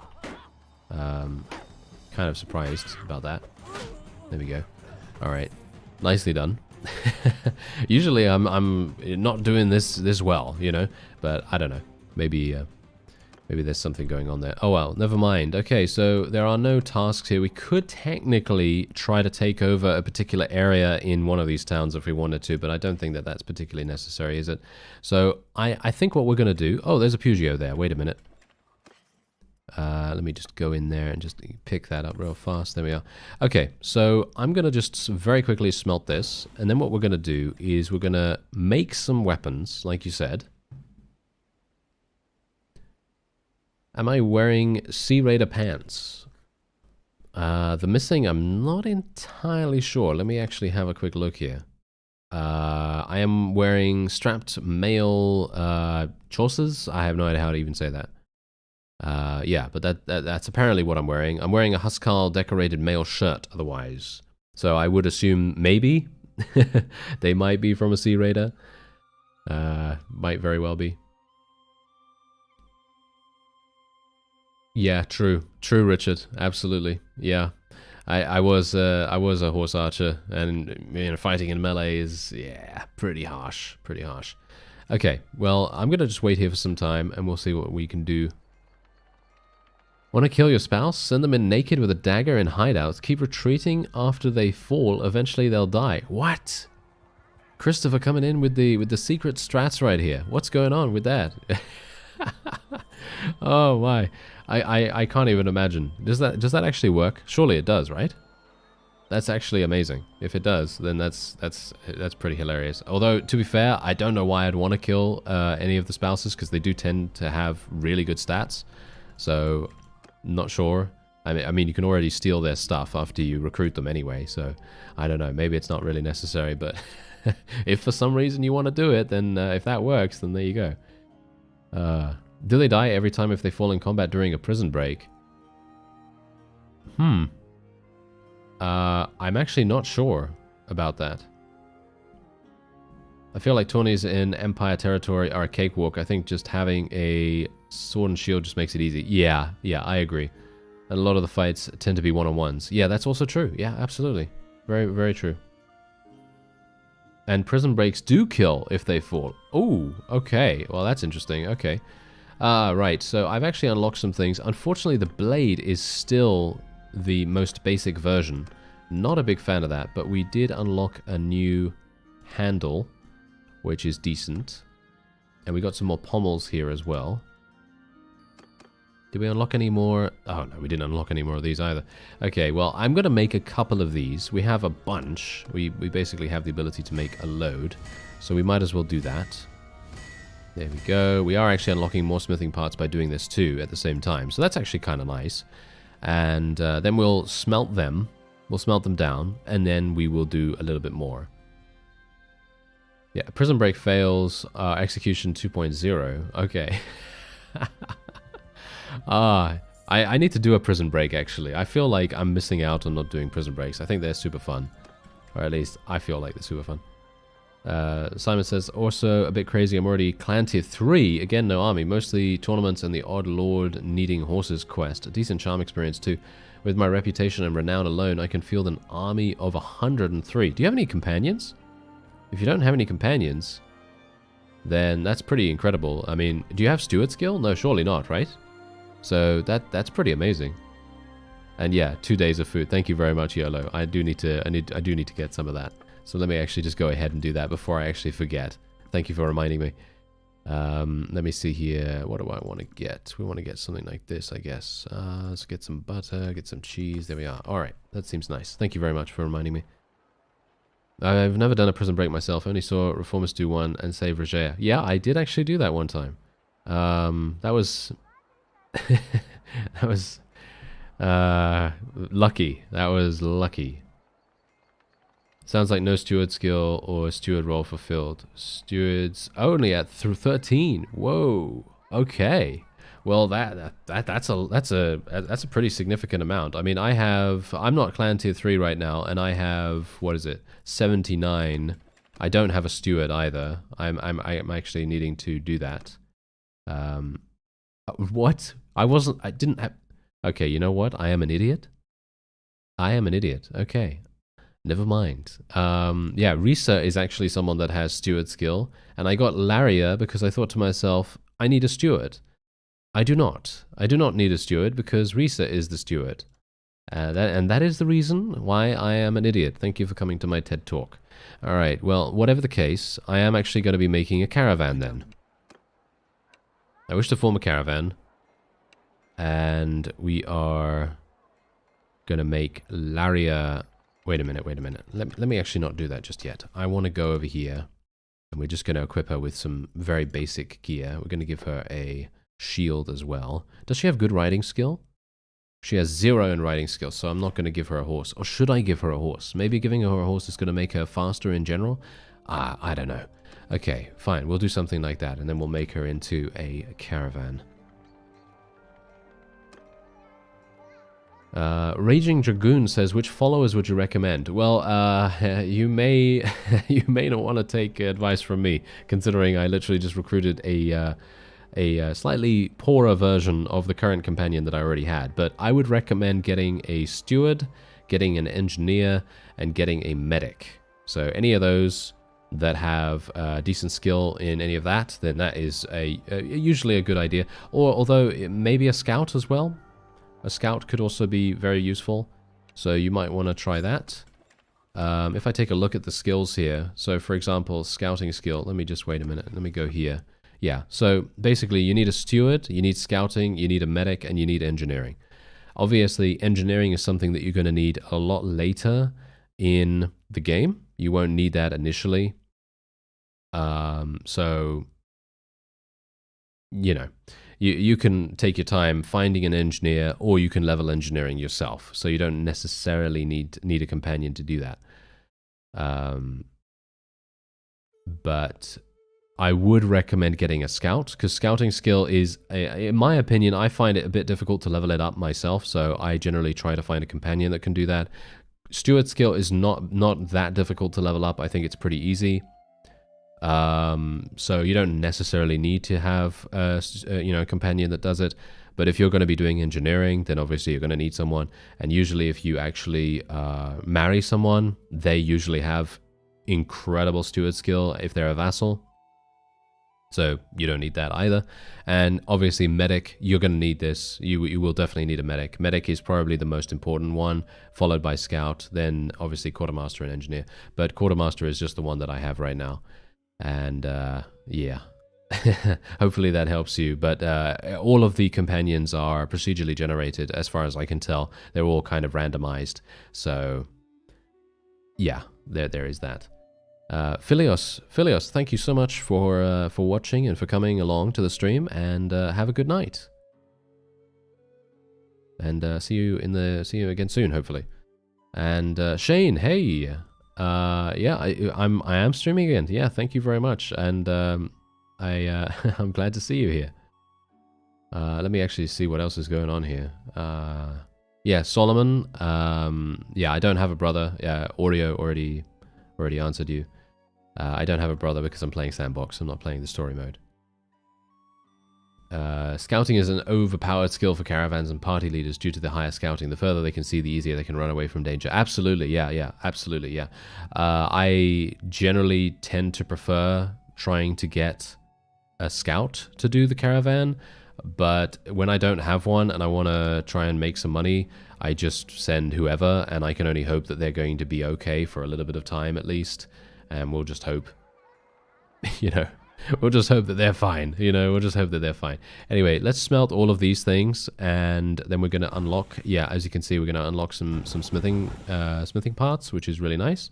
And let's just smelt a couple more of these, and then we can actually forge some more two-handed swords. So I'm just going to wait here a little bit of time just to get my stamina back, and then we'll do a little bit of something there. But yeah, look at the amount of smithing parts I'm unlocking. It's actually crazy. Thank you very much once again for telling me about the curious smelter thing. I'm going to have to take that every single time now. So, yeah. Finally reached 150,000 dinar stash. At this point, I can solo hideouts. Really? Okay. Mind you, I have no range, only full melee. Yeah, well, I mean, that's the thing. Can you actually sneak up on those enemies if you crouch or something like that? I don't think you can, right? They automatically attack, right? Yeah, I think so. But whatever the case, that's very impressive in general. I think I might have to do something like that where I'm just literally like a solo character or something like that, just a solo character running around. But that is obviously going to be very difficult later on down the line. But it's going to be a great foundation. And as long as you're enjoying yourself, I think that's all that matters. YOLO says, Reformi, you should have said the only followers you need are Pelisor. Yep, actually, very true. Very true. But that's the thing. If they don't know about Pelisor, how am I supposed to reference them? But yes, very true, YOLO. I should always say Pelisor. Although to be fair, if there is a person that is called Pelisor in the game, oh, there are no Pelisors? Are you serious? That is so sad. Did they remove Pelisor from the game?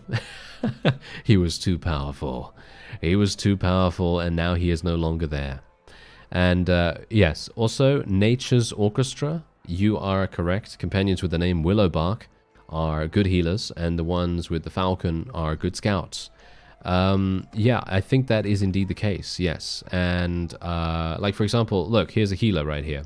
She would be really good for me, because she has 80 in medicine, so I might actually try to pick her up, if I can.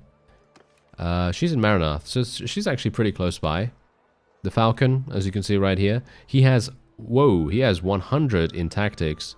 He doesn't have any scouting. He doesn't have any scouting. Oh, that's weird.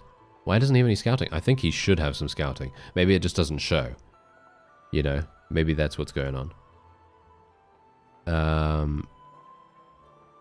Let me see what else we have here. Is that... No, that's roguery. Where are the scouts, actually? Where are the scouts? I'm not seeing any scouts right now. This is kind of interesting. Do I just not have any scouts in my whole party here? I mean, I've already looked at the falcon. Maybe this one has scouting? No, this one's really good at fighting, actually. This one's good at engineering, so if we want an engineer, then she's here. We can easily get her. Yeah, I'm not seeing any scouts, actually. The golden might have scouting. No, that's leadership, tactics. Oh, weird. Alright, well, whatever the case, we don't really... I mean, we kind of do need a scout, don't we? It would kind of be useful. Falcon tends to be good caravan leaders too. Yeah, I think that would be a good idea. When do we get a reformist companion?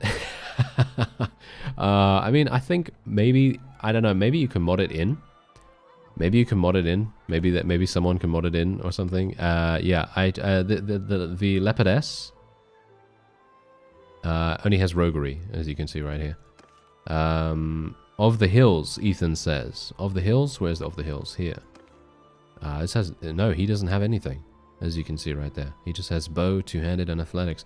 I mean, this is the thing. Sometimes I think the encyclopedia doesn't necessarily give you all of their skills. So I could be... I don't know. It could be just wrong, you know what I mean? It could be wrong, so I'm not sure. Maybe it's going to show somewhere else. Ah, here we go, here we go. This guy has it. Fantastic. This guy's... Okay, wait a minute. We're going to have to get this guy. I want to get this guy because he's got 120 in scouting. That's actually kind of incredible. So, he's last seen at Rote. So, we're actually going to head on there real fast. And, where is that now? It's somewhere around here, right? Wait a minute. I'm thinking that it's a Botanian thing, but it's actually just over here. I am stupid. Okay, fantastic. All right, so it's actually very close by, so I'm really pleased about this. Okay, thank you very much, by the way, to those of you that were trying to help with the companions, with finding the companions. So yeah, I appreciate that. And here he is. Fantastic. Yeah, let's speak to him. And there we go. He's going to join us. Wonderful. He is now going to be getting all of our gear. Does he have writing skill? He has 0. So I'm going to actually just lock him into being an infantry person. And he has crossbow skill, so I'm going to have to get him a crossbow rather than a bow. He is a Vlandian as far as I'm aware, so yeah, that's absolutely fine. And we're going to make him into our scout.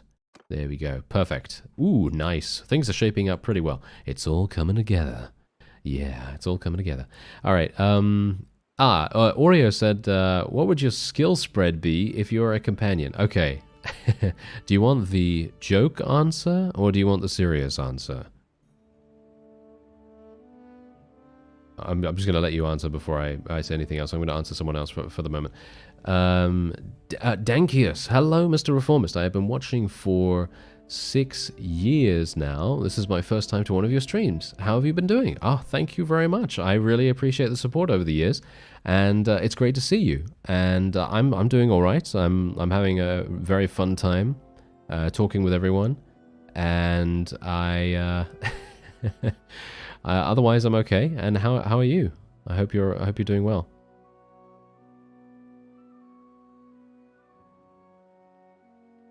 Reformist Companion would have a special throwing perk. Thrown weapons hit every time, 30% of the time. Yep. But yeah, actually, you know what? I think it would probably have to be something like thrown weapons hit every time, and 30% of the time they hit allies. Or maybe 70% of the time they hit allies. Something along those lines might actually... that might be the way. That might be the way to go. Alright, well, we're at the smithy now, so we can actually do a little bit more crafting. So let's go and make some two-handed swords. We can actually make slightly better ones now, so I'm pretty happy with this. Ah, you're good, Dankius? Ah, I'm glad to hear that. I'm glad to hear that. And Kevin, are you talking about when I should court a lady? Are you talking about that? Because if you are, then I will try my best, actually, because we've had some people talking about possible wives in the game. So I'm thinking, hey, you know what? Maybe we want to do that. Svanna is a far better choice, while Siga and Apollania has several 100 skills, each 11 and 12 respectively. Svanna has several 180 skills, up to 13 stats. Whoa. Okay, so Svanna is definitely the person that you want to go for if you want the most powerful wife, then, I suppose, right? That seems to be the case, right? So I guess I will try to get Svanna then. According to some people, that seems to be a a good way to go. So yeah, we will try to do that in a second. I actually can't smelt too many of these weapons, unfortunately, because I don't have any more hardwood. So I'm actually going to have to go into the trade screen here and see if I can buy some. There we go. Actually, you know what? Let me see if they have some. They're bound to have some wooden hammers, right? Surely. I'm not seeing any. I'm gonna have to get some iron pitchforks then instead, because they also give a good amount of wood, so why not? Do they? Oh, they don't. Are you serious? Oh, okay. I thought they did. Oh, well, never mind. And Liena, yes, Morakan. Yeah, 100%. I actually, I think I married her in my first series. My very first series. So, yeah. Oreo, I'm going to answer you in a second. I'm just going to say what mods I'm using. At the moment, my mods are very limited. I'm only using 2 mods. You can check those out in the description. They have links to the download pages as well. One is super speed, and the other one is, what is the other one? what is the other one I'm using? Super speed and, oh dear, now I've completely forgotten. Okay, well, it's in the description, whatever the case. I have no idea. Why do I forget that? I have no idea. Okay, well, Oreo, let me get back to your question now. Let me see. What would your skill spread be? Okay, super serious answer is probably, yes, equip best item. There you go. Thank you very much, Blue Bear. Okay. all right. So yeah, my skill spread would be, if I was a companion, my skill spread would be, I'm going to have to actually have a look here.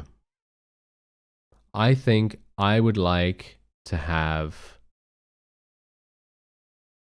two-handed. I'm not sure what kind of skill level, but I'd like to have two-handed. I like to have throwing weapons. I'd like to have athletics, good amount of athletics. So I'd like to be quick, you know. And I'd also like to have a decent amount of, I think, probably medicine. Something like that. That would probably be like the, maybe medicine or roguery.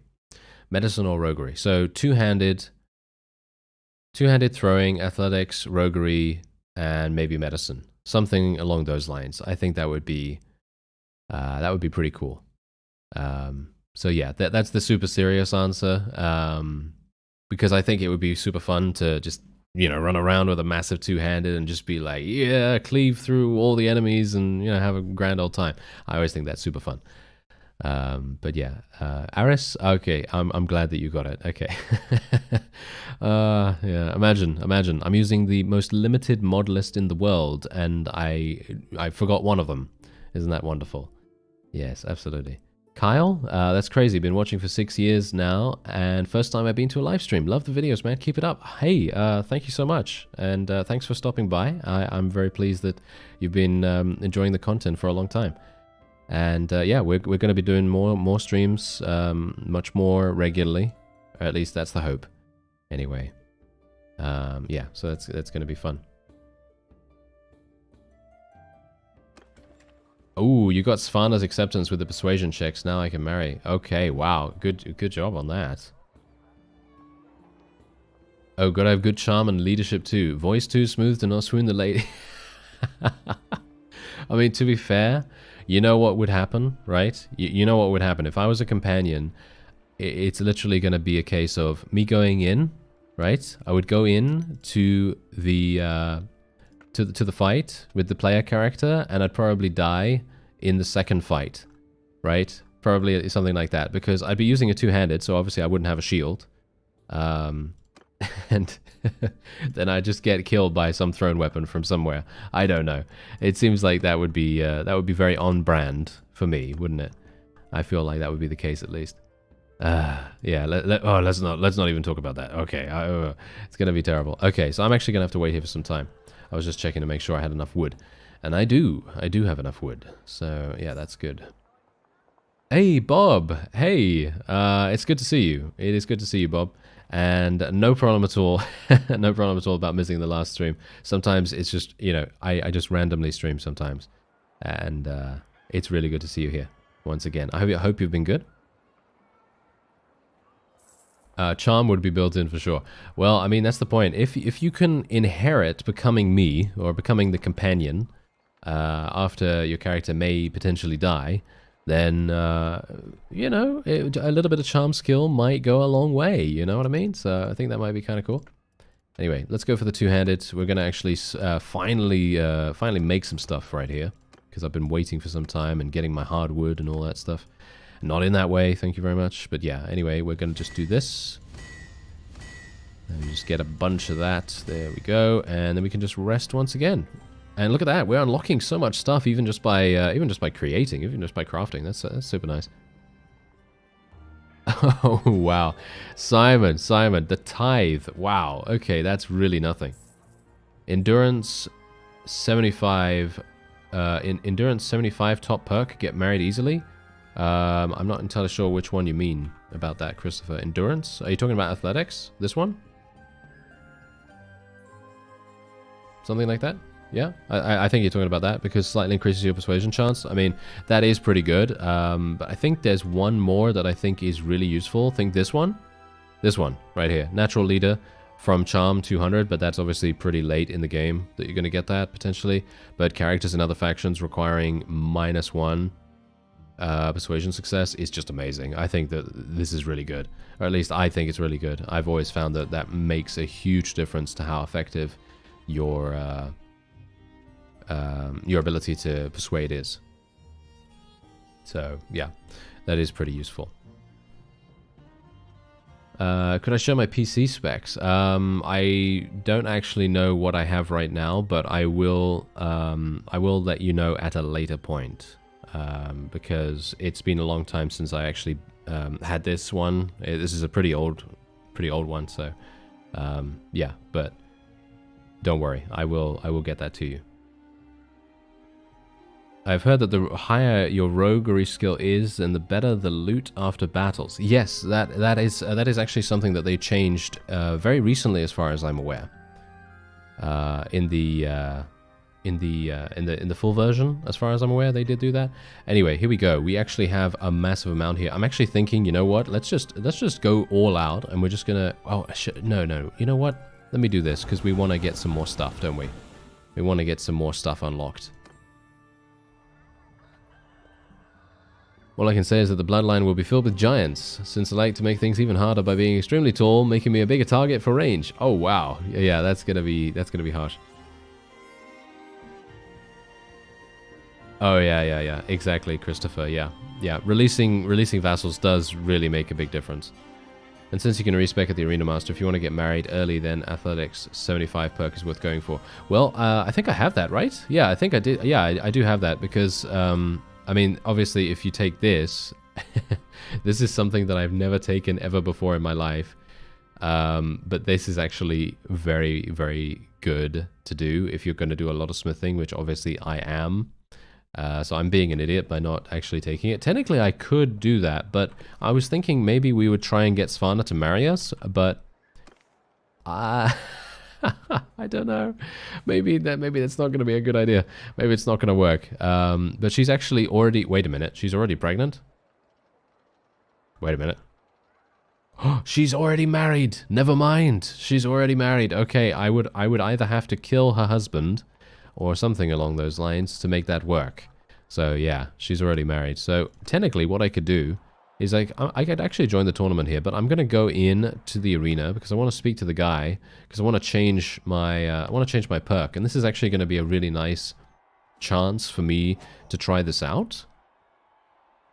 So get the Widowmaker achievement. I actually would love to do that, but I don't think achievements are actually enabled for the sandbox mode. I could be wrong about this, but I haven't actually earned any achievements so far the entire time that I've been playing, primarily because, as I say, I think it is only story mode that achievements count, which is, in my opinion, a bit, I don't know, I think that's a bit weird, but, you know, that's just me. Anyway, these teachers who, yeah, okay, yeah, this is for me, endurance, athletics, 3,400. Yeah, sure. There we go. I paid that. Okay, there we go. Fantastic. So we paid a little bit of money. Mods for sure disable achievements. Really? Do they?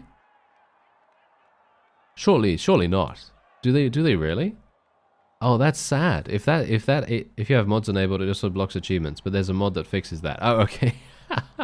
Oh, okay. Oh, I had no idea. I actually had no idea. I thought to myself, it must be because I'm playing sandbox mode that it doesn't allow me to do that. Okay, I had no clue. I had no clue. So, okay, that actually makes a lot of sense now. So, yeah, Zero, thank you very much for letting me know that there's a mod that fixes that, because I will probably be going and getting that at some point. And I'm going to be increasing my movement speed once again. I'm going to be decreasing my armor weight, I suppose. And we're going to be going for the stamina thing now, because I'm probably not going to be trying to marry someone that soon. And even if I do try to do that, then I can just respec once again. So that's going to be super nice. All right. That seems pretty nice. Cool. Okay. Nice. Yeah. Okay. So now what we're going to do is we're just going to go over to two-handed. Oh, look at this. We've got more blades, but nothing too dramatically good. I'm not getting some really high tier ones because obviously I'm making very low level swords at the moment, which is kind of sad. But you know, we've got to start at the lower rungs, and then we'll slowly climb our way up. It's going to happen. There we go. All right. Yeah. Let me actually have a look and see what's going on. What are your top 5 tips for making money in Bannerlord? Says Bob. I'm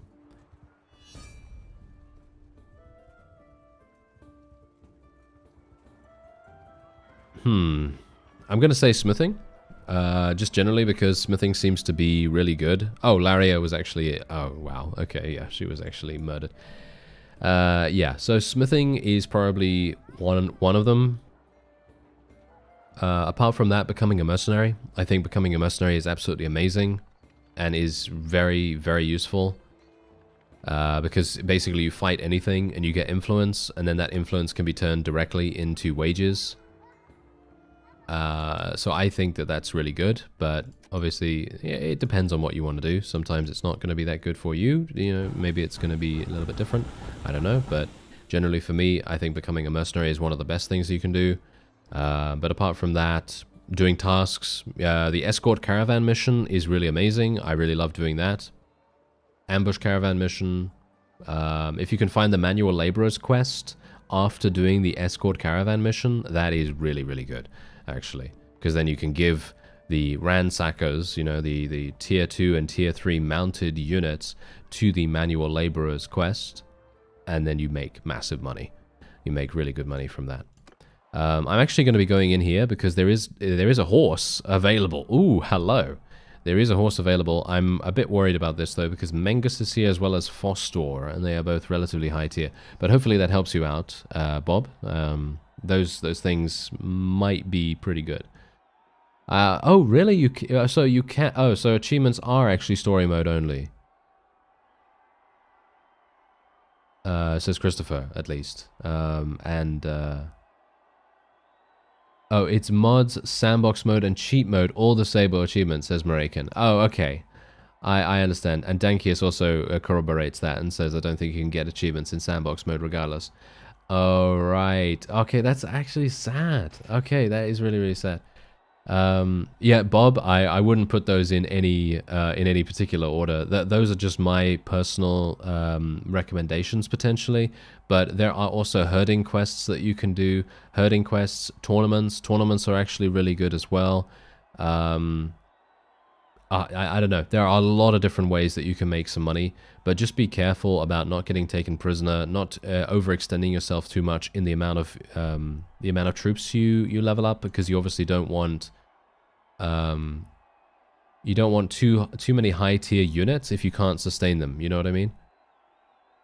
Oh, the Royal Destrier apparently has really good charge damage. Yeah, that's actually true. Look at that. It has 36 charge damage. That's crazy. Oh no! Don't remind me.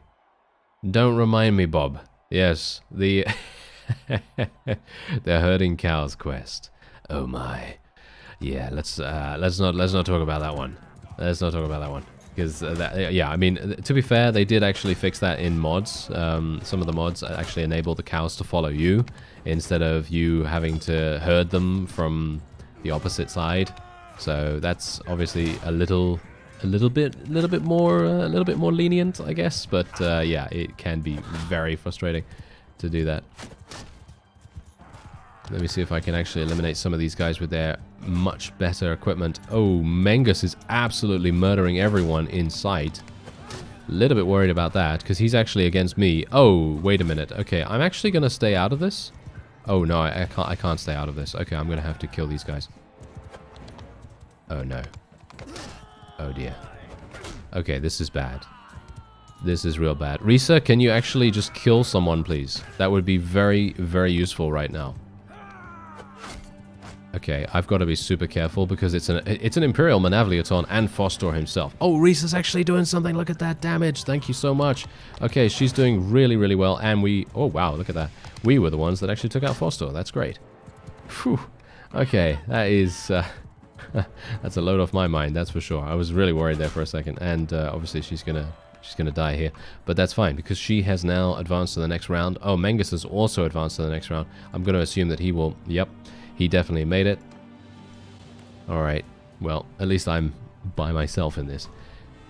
Yes, exactly, Richard. Yeah, con Mengus into fighting Fostor to soften them up. Yeah, I try, you know, I'm trying to do that. Yeah, so, thank you, Zero, by the way. I think I forgot to say thank you to you for the mod name. Achievement Unblocker is the name for the mod. So thank you very much for that, because I personally...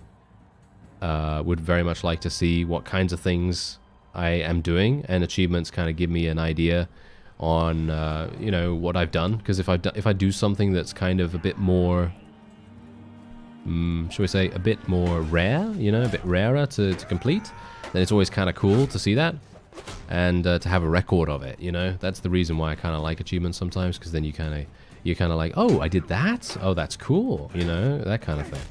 Oh, wow, that guy really had no HP left. Alright, well, there we go. Easy enough. And I think we're probably going to be okay here as well. Generally, obviously, doing tournaments in the Empire territories is not that difficult, so it should be fine.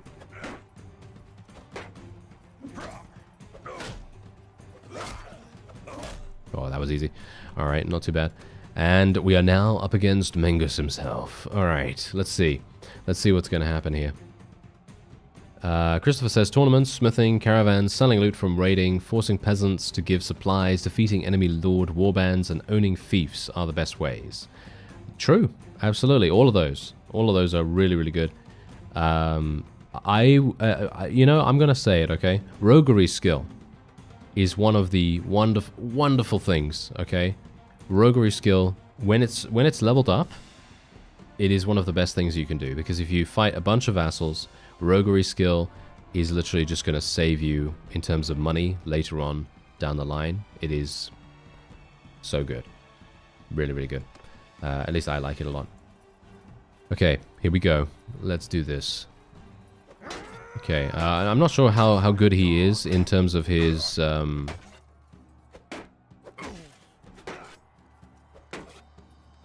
one-handed skill, but he seems to be... Not that bad. Not that bad. He's not insanely fast.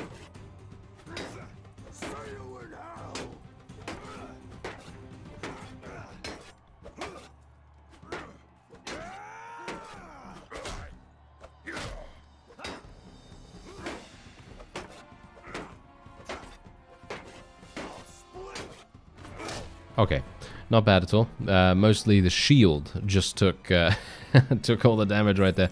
Pretty pleased that the shield is actually good. So, yeah.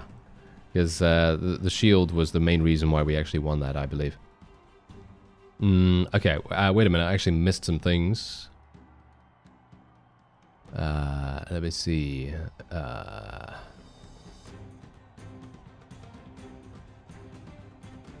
It's fun to use when you want to snipe enemy lords or dethrone kings. What are you talking about? Death in battle option on with realistic battle and Bannerlord difficulty. I'm also very bad at getting... No, come on, Oscar. I don't think so. I don't think you're as bad as you think. You know, that's not that. You know, that's not how it is. You know, I think you're a lot better than you think, at least. Oh, your character just died attacking a Vlandian castle. Ooh, yeah. I mean, those sharpshooters, they are literally just going to tear you apart. It's going to be very, very damaging. Hopefully you have someone in your clan that you can take over. Maybe, or you can just reload, you know. I mean, obviously, you know, the autosave is hopefully going to help you there if you want to do that. Yeah, Iron Man on Bannerlord difficulty because I know I'll save scum. Well, I mean, that's the point. I personally feel like you should just play however you think is fun. I don't think that, in general, any way should be excluded, you know? if you find it fun, then I don't really think there's any problem with that at all. We were managing to actually achieve victory here, though, surprisingly enough, and I now have a Royal Destrier as my mount, which is actually amazing. Although I could technically sell this for 17,000, which might actually be a better use of it, but I'm actually not really wanting to do that right now, so I'm gonna just do a little bit more smithing. We're just gonna have to wait here for some time a little bit. All right. Let me actually have a look here. What else did I miss? Yolo says, do you think there is a Lord of the Rings or Middle-earth mod for Bannerlord yet? There is one in development. The Kingdoms of Arda, I believe. Kingdoms of Arda is not yet out, unfortunately, but it is looking amazing. Their feature list is looking extremely impressive, and it's definitely something that you would want to check out if you're into Lord of the Rings at all. And yeah, it's looking super fun. Yeah. Has anyone played the Viking Conquest mod for Warband? Yes, Aris, I have a bunch of series on that, but apparently you're recommending some mods for it. Oh, okay, I understand. Yeah, I mean, it's a great mod, and it's made by the Britain Water devs, isn't it? It's made by the people that created Britain Water, and that was really very fun because it brings a lot of additional options to the to the siege mechanics. And I always thought that was really enjoyable. Let me just see here. I need to make sure that I'm not missing anything. Actually, you know what I should do? I should just basically show only unlocked pieces. Should always do that. Don't know why I'm being such an imbecile about it, but there you go. All right, well, whatever the case, we are good with this. There we are. Okay, so I'm just going to make a bunch of these. There we go. And then we can just wait here for some time, and we can continue to do that. Roguery skill, but what if you want to play an honorable character? That's the thing. Roguery skill is roguery skill. You can, well, I mean, obviously, if you don't want to sell prisoners, and I'm talking about like obviously if you don't want to go here into the tavern and sell prisoners, then roguery skill is going to be a bit difficult to level up. But not sure how you can level it up otherwise. I mean, if we take a look at it, let me see. How can you level it up otherwise? Raid caravans, recruit and lead bandit troops, infiltrate enemy towns, give bribes, escape from captivity. So technically what you could do is, if you wanted to, you could try to infiltrate enemy towns to level it up. So you're not necessarily hurting anyone, and you're not technically being dishonorable, I suppose. And also recruiting and leading bandit troops. So in other words, if you were to, well, again, I guess you have to capture bandits to be able to do that. Yeah, I don't know. You probably wouldn't be able to do that, unfortunately. I mean, I guess. I don't know. Coolio, you said, do you ever sleep? No. No.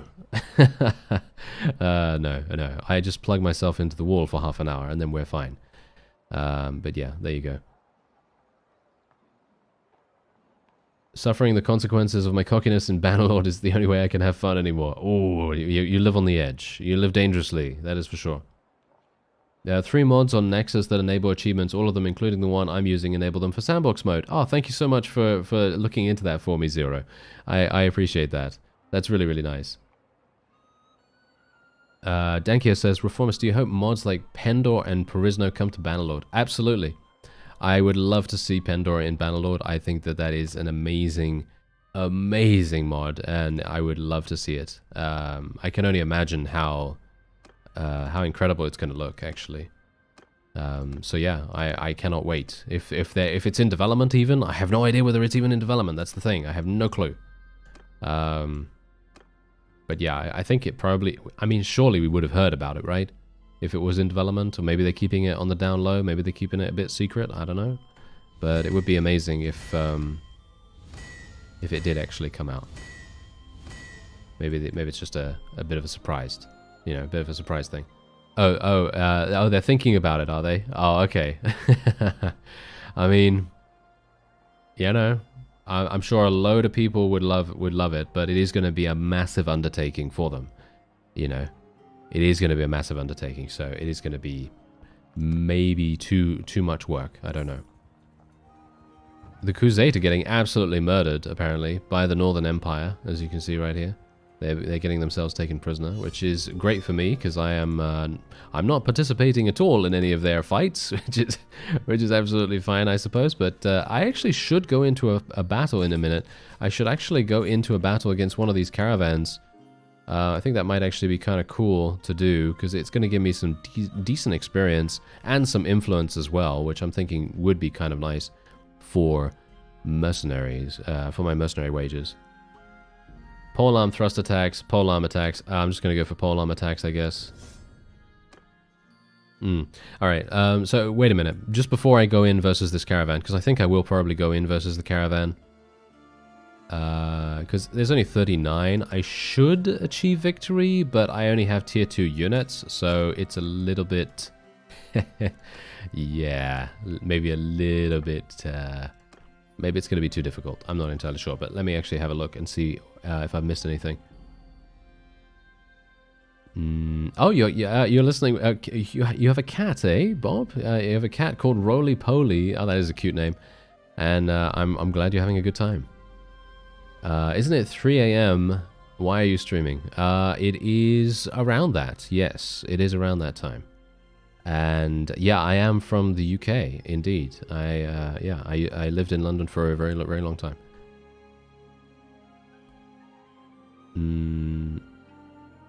Oh, you did actually marry Svana, didn't you, Simon? Yeah, you did actually marry Svana, so that's absolutely amazing. That's gonna be super cool for you.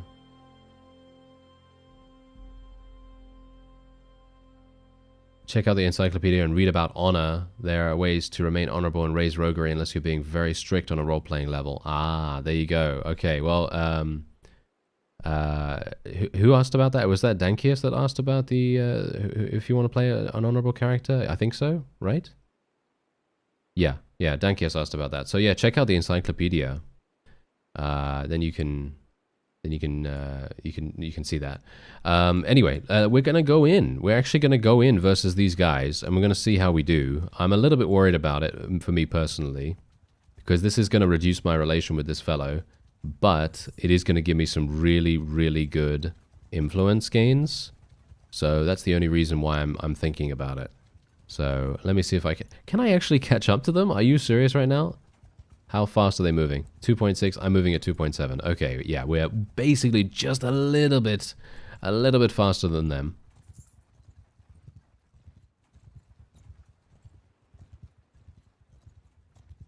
A lot of those warband mods are hard.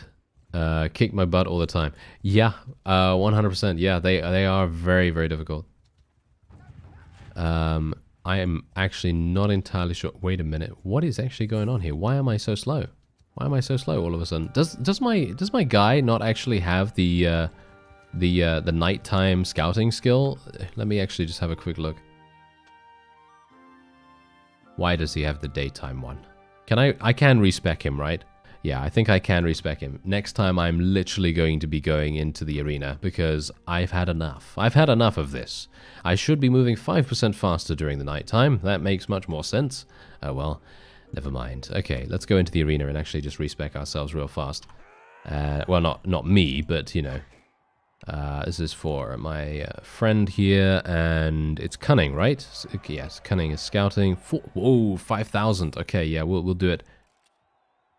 There we go. Alright, fantastic.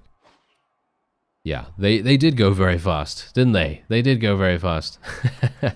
Okay, well... At the very least, we can now respec our scouting skill for our friend here, and hopefully he's going to do a better job, because I personally think this is amazing.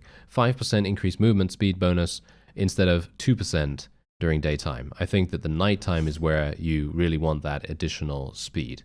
And we're also going to be going for Pathfinder here, 2% movement speed bonus on steppes and plains, and then we can also get 5% movement speed bonus on deserts and dunes. In my opinion, that's really good.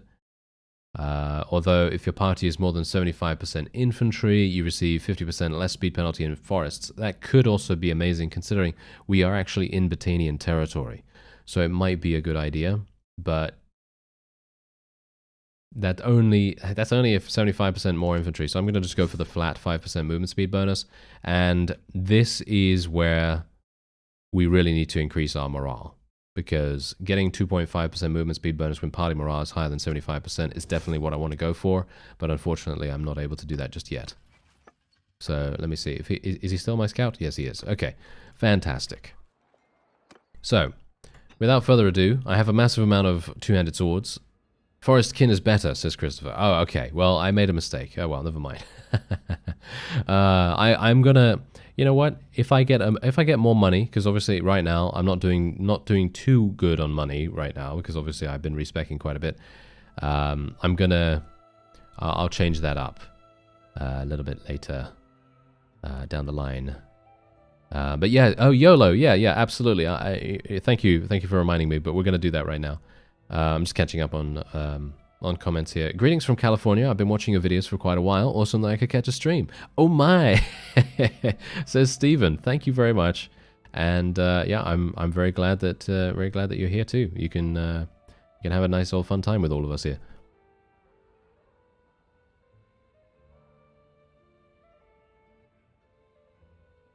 What football team do you follow? If you do, I'm a Chelsea fan all the way. Kyle, I gotta say, I don't actually follow any football. I am a huge NBA fan. Actually, I like basketball a huge amount. So that's my sport. I don't watch anything else. So there's that. But if you didn't know, at least. What is your favorite faction? Mine is Vlandia. I gotta say, Vlandia gives me huge Swadian vibes, which I really like, because I absolutely love Swadia from Warband, of course. And I actually don't know. I actually don't know what my favorite faction is. I really enjoy... I think I enjoy... I don't actually know. It depends on how I want to play, to be honest. Because here's the thing. I like playing with... If I want to play with ranged units, then I'm most likely going to be playing with Battania. If I want to play more like, you know, trader-ish with like a lot of caravans and stuff like that, then I'll probably go Azurai. And it very much depends. I think I kind of like all of the factions most of the time. Bob says, what's your NBA team? Well, for a very long time, I've been an NBA fan for a massive amount of time, like I think over half my life, actually. I did stop watching for a number of years because obviously being in the UK, I didn't actually have access to games more often because at that point there were no partnerships between the channels, you know, the TV networks and things like that, and it was very difficult to see them. So I used to stay up really late to watch games as they were being broadcast on I think it was on Channel 5 at the time. Obviously, if you're not from the UK, you have no idea what I'm talking about in terms of Channel 5, but yeah, whatever the case, they were really late.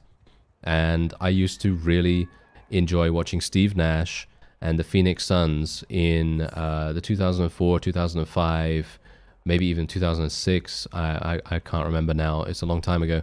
Yeah, but in those seasons, I absolutely I loved watching that team. I loved watching the Phoenix Suns. They were so incredibly fun to watch. Oh, yeah. Oscar, I'm sorry. I mean, that's the thing. I really love Steve Nash as a player. I think he was amazing. Super fun to watch. Obviously, you got a whole bunch of legendary players and everything, and I did get back into basketball in the last couple of years in like I think in 2015 or 2016 or something like that, and then I started to kind of be like, yeah, you know what, I actually really like the Warriors, and I'm liking a lot of different players around the league. I don't know, it's just such a fun experience to watch. I don't know, it's basketball is just like, It feels very fun and intense to watch. I don't know. It's really enjoyable to me. But anyway, wait a minute. We've got some armor here that might actually be good. Simon says NBA, huh? Any takes for the season? Unfortunately, I have not been keeping up with this season, so I have no idea what's actually going on. I know that Antetokounmpo is actually the lead for the MVP so far, which is interesting because I think he was actually MVP one of the previous seasons.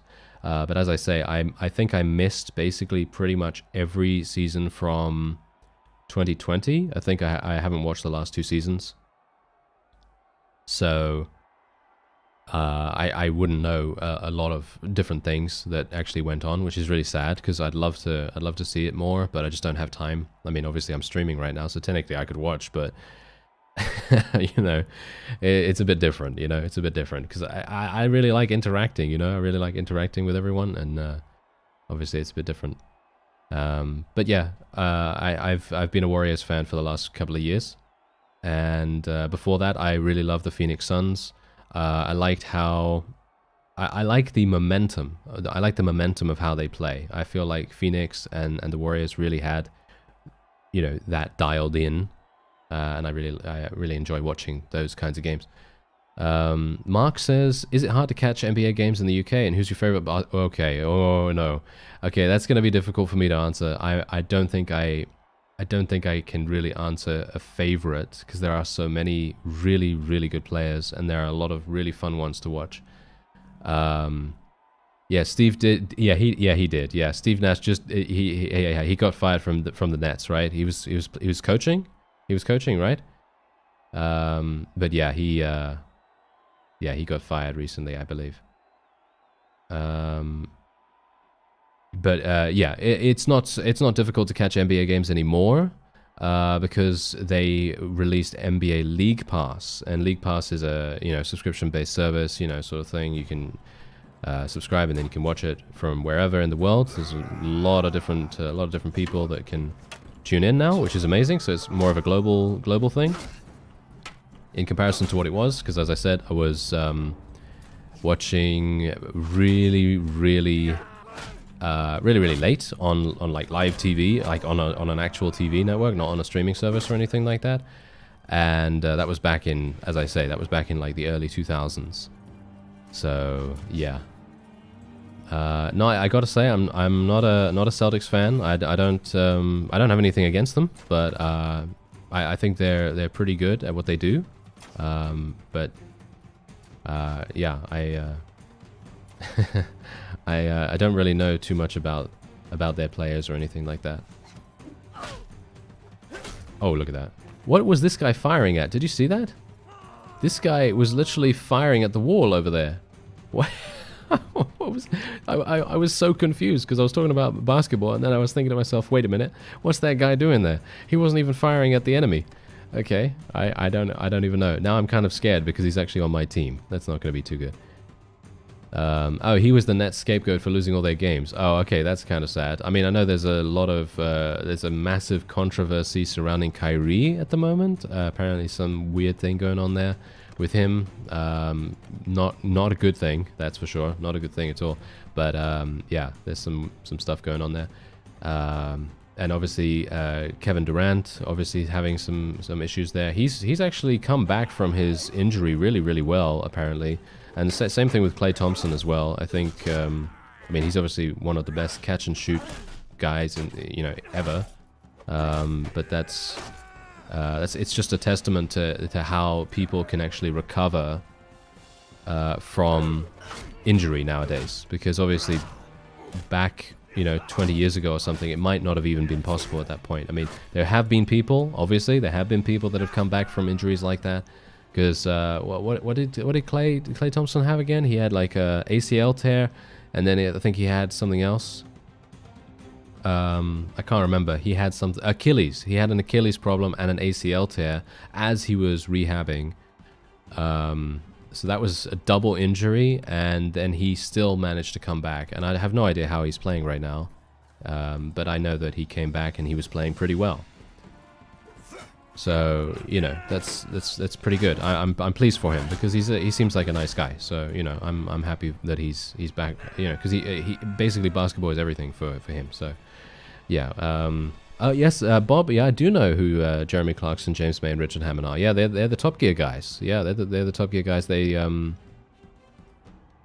the presenters for Top Gear a long time ago on the BBC. So if you know anything about TV channels in the UK, there are BBC 1, 2, 3, 4, and it was one of their flagship shows. Like really big show, massive popularity.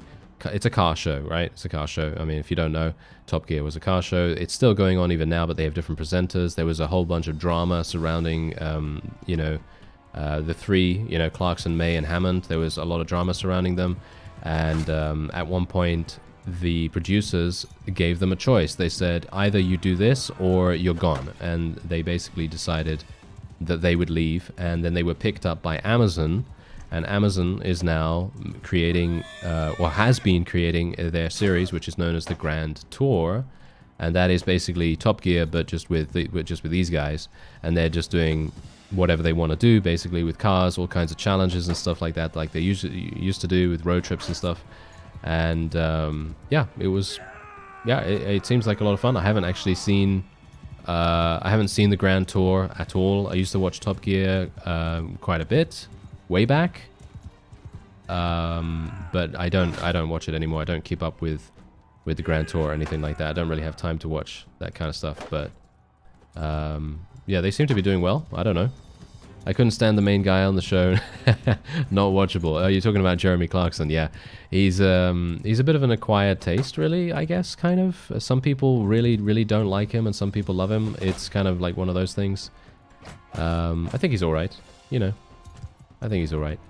But yeah, I know about I kind of know about the Grand Tour a little bit, but they are mostly making challenges and things, and I actually really enjoyed the road trips that they used to have. I think they were super fun. Do I ever couch my Lance? I actually never do, because I always find that the NPCs are so incredibly good at timing their thrusts, and then they outreach my couch, and that then basically kills me. So that's the only reason why I never usually couch Lance. I have tried to do it in the past, but it never usually works for me. So I might try it. I don't know. I won't try it right now because I'm actually on the on the edge of dying right now. But I will definitely try it at some point in the future again, and I'll see. Okay, wait a minute. Oh, there we go. Whew. Okay, he's dead. Thank you. Whew. That was much more difficult than anticipated. I have no idea whether this armor was actually any good, by the way. Am I actually getting something good here? Oh, it is actually good. Fantastic. Okay, great. Look at that. Okay, so wait a minute. Did I miss? No, I missed some stuff. Oh, Mark. Clay's actually had a rough start to the year until the 2 last games. Oh yeah, he does. I know from previous seasons. I think I watched in 2018. I think I watched 2017, 2018, 2019 seasons, and he always has really slow starts to the season. And it's just him getting into rhythm. It's kind of weird because he's so he's like one of the streakiest players in the entire NBA, because on one night he's literally gonna go and basically be like, you know what?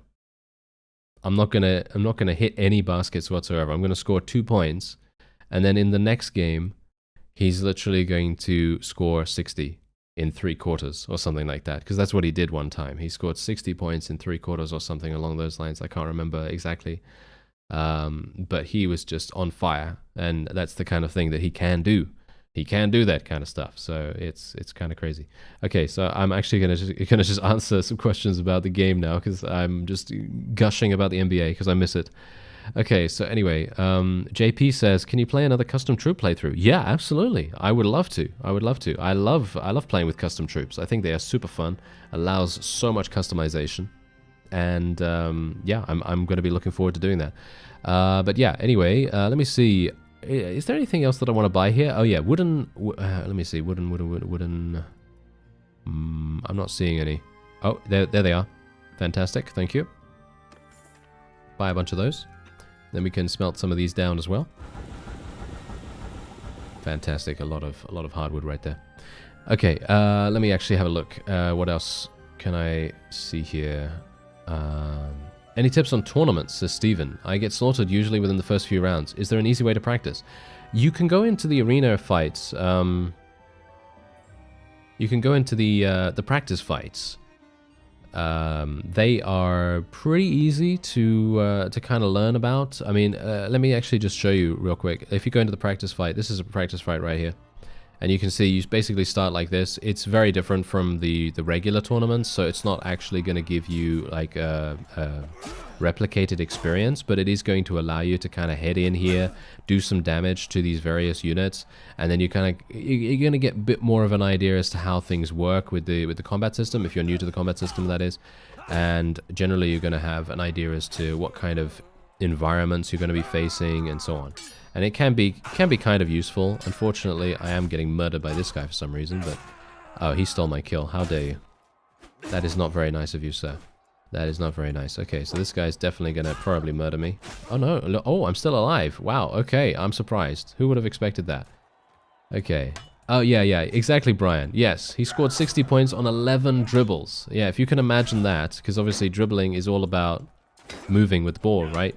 So he literally just scored 60 points on 11 dribbles. That means when the ball touches the floor. So, yeah, you can imagine. That's why catch and shoot, he is the best, at least in my opinion, the best ever in terms of catch and shoot. But yeah, whatever the case, there you go. There was a practice fight. I just kind of showed you how that was, how that is.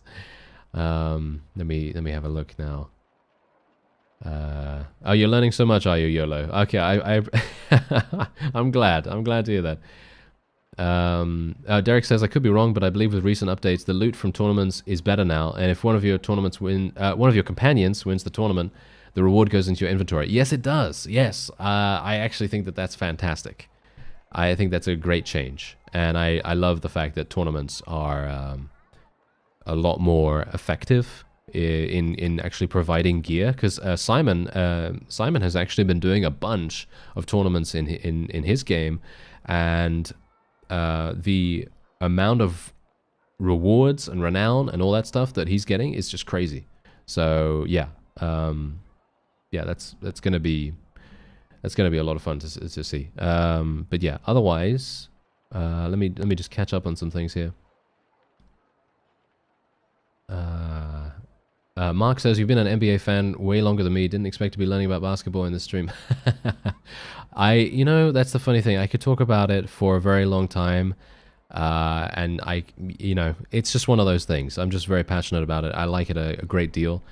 But unfortunately, I just don't. I just haven't watched it in the last year or two. So I'm obviously a little bit outdated in terms of my knowledge. But yeah, I would love to talk about it more. Knowing the difference between directional blocking and auto blocking is also good. Yes, absolutely. Dankius, that's the thing. If you're playing with manual blocking, you are a beast, and I applaud you for it. Because I cannot do that. I am always playing with auto block just because I am terrible at manual block, and it's just going to frustrate everyone in history. Because if I play with manual block, all that's going to happen is I will literally just die. Right? Oh, you do that. Oh, look at that. What a beast. See? There you go. See, now that's definitely going to make things more... That's going to make things so much more difficult as well. You know, so much more challenging. So, you know... yeah, anyways, oh yeah, Steven, didn't realize that was an option. Thanks, I'll definitely be practicing later. Yeah, go for it, yeah. And you can do it as many times as you want, and there's no downside. But if you're new to the game or anything, I would recommend putting on auto block. Don't be like Mr. Beast Dankia's person here, because he's just way too strong for this world. Oh, 0. Oh, look at that. See, now all the manual blockers are coming out. Now, see, there we go. See, now all the manual blockers are just like, yeah, you know what? We are just a different breed. We're just too powerful for the universe. Yeah. Yeah, so Zero also is a manual blocker. Bob, thank you so much. Thank you so much. That is really very much appreciated and very kind of you. Oreo says, my manual blocking is so bad mounted, I'm alright on foot as long as I'm not being swarmed. Well, you know what? It's if you can block, okay, here's the thing. I'm gonna say something now. If you can block, let me see now, what? 2 attacks in a row, alright? If you can block 2 attacks in a row with manual block, you're better than I am, alright? Because I cannot do that with manual block to save my life. Literally, to save my life, you know? That is, yeah, that's gonna be, that's too difficult for me. That's just way too difficult for me. Who's this guy? Does he have anything good for us? No, he doesn't. Alright. Okay, so let's actually just rest a little bit, and then we'll just do a little bit more smithing, and then we'll see what we can do with that. Yeah. Oh, well, okay, cool, yeah. I completely respect using auto block, though. Damien, yeah, auto blocker gang all the way. Yeah. I'm glad we got some people here. Which is default? Manual auto, how do I check? It should be on auto. I actually have no idea what it is by default, but it should be on auto. At least I hope it is, because if it's not, then that's really, I don't know, I think that's going to be a bit harsh. You can go to, it's under, yeah, there we go, Morakan, there we go. It's under block directions in gameplay options, so you can find it there. Yeah, YOLO, there is an auto block. Yeah. It used to be that there was a manual block. Oh, on Xbox it was manual at first. Oh, wow, ouch. Okay. Yeah, so that's the thing. Earlier in the versions for Bannerlord, there was only manual. Manual was the only thing available, so I had to actually learn how to manual block, and it was not a good experience, let's just say that. I was very, very bad at it. No, not at all. No, Oreo, no. I appreciate it though. I appreciate you giving me the you giving me the vote of confidence right there. But no, I am on auto right now. But yeah, way back I did learn how to do it with manual, but it's some of these enemies in these mods. For example, if I play Land of Seeker, for example. The enemies have, what, 300 in one-handed, or maybe even more than that? Some of them have 330 or something like that. They just swing way too fast, and I could not possibly block them. And that's the kind of thing. Like, for example, I was actually playing Realm of Thrones very recently, and there was an enemy in that. I'm not going to spoil, actually, because that is the next episode, and I've already recorded it, so I'm not actually going to spoil what it's about. But it's about, well, let's just say that we go past the wall and there's a big leader person. You kind of know who I'm talking about, probably, right?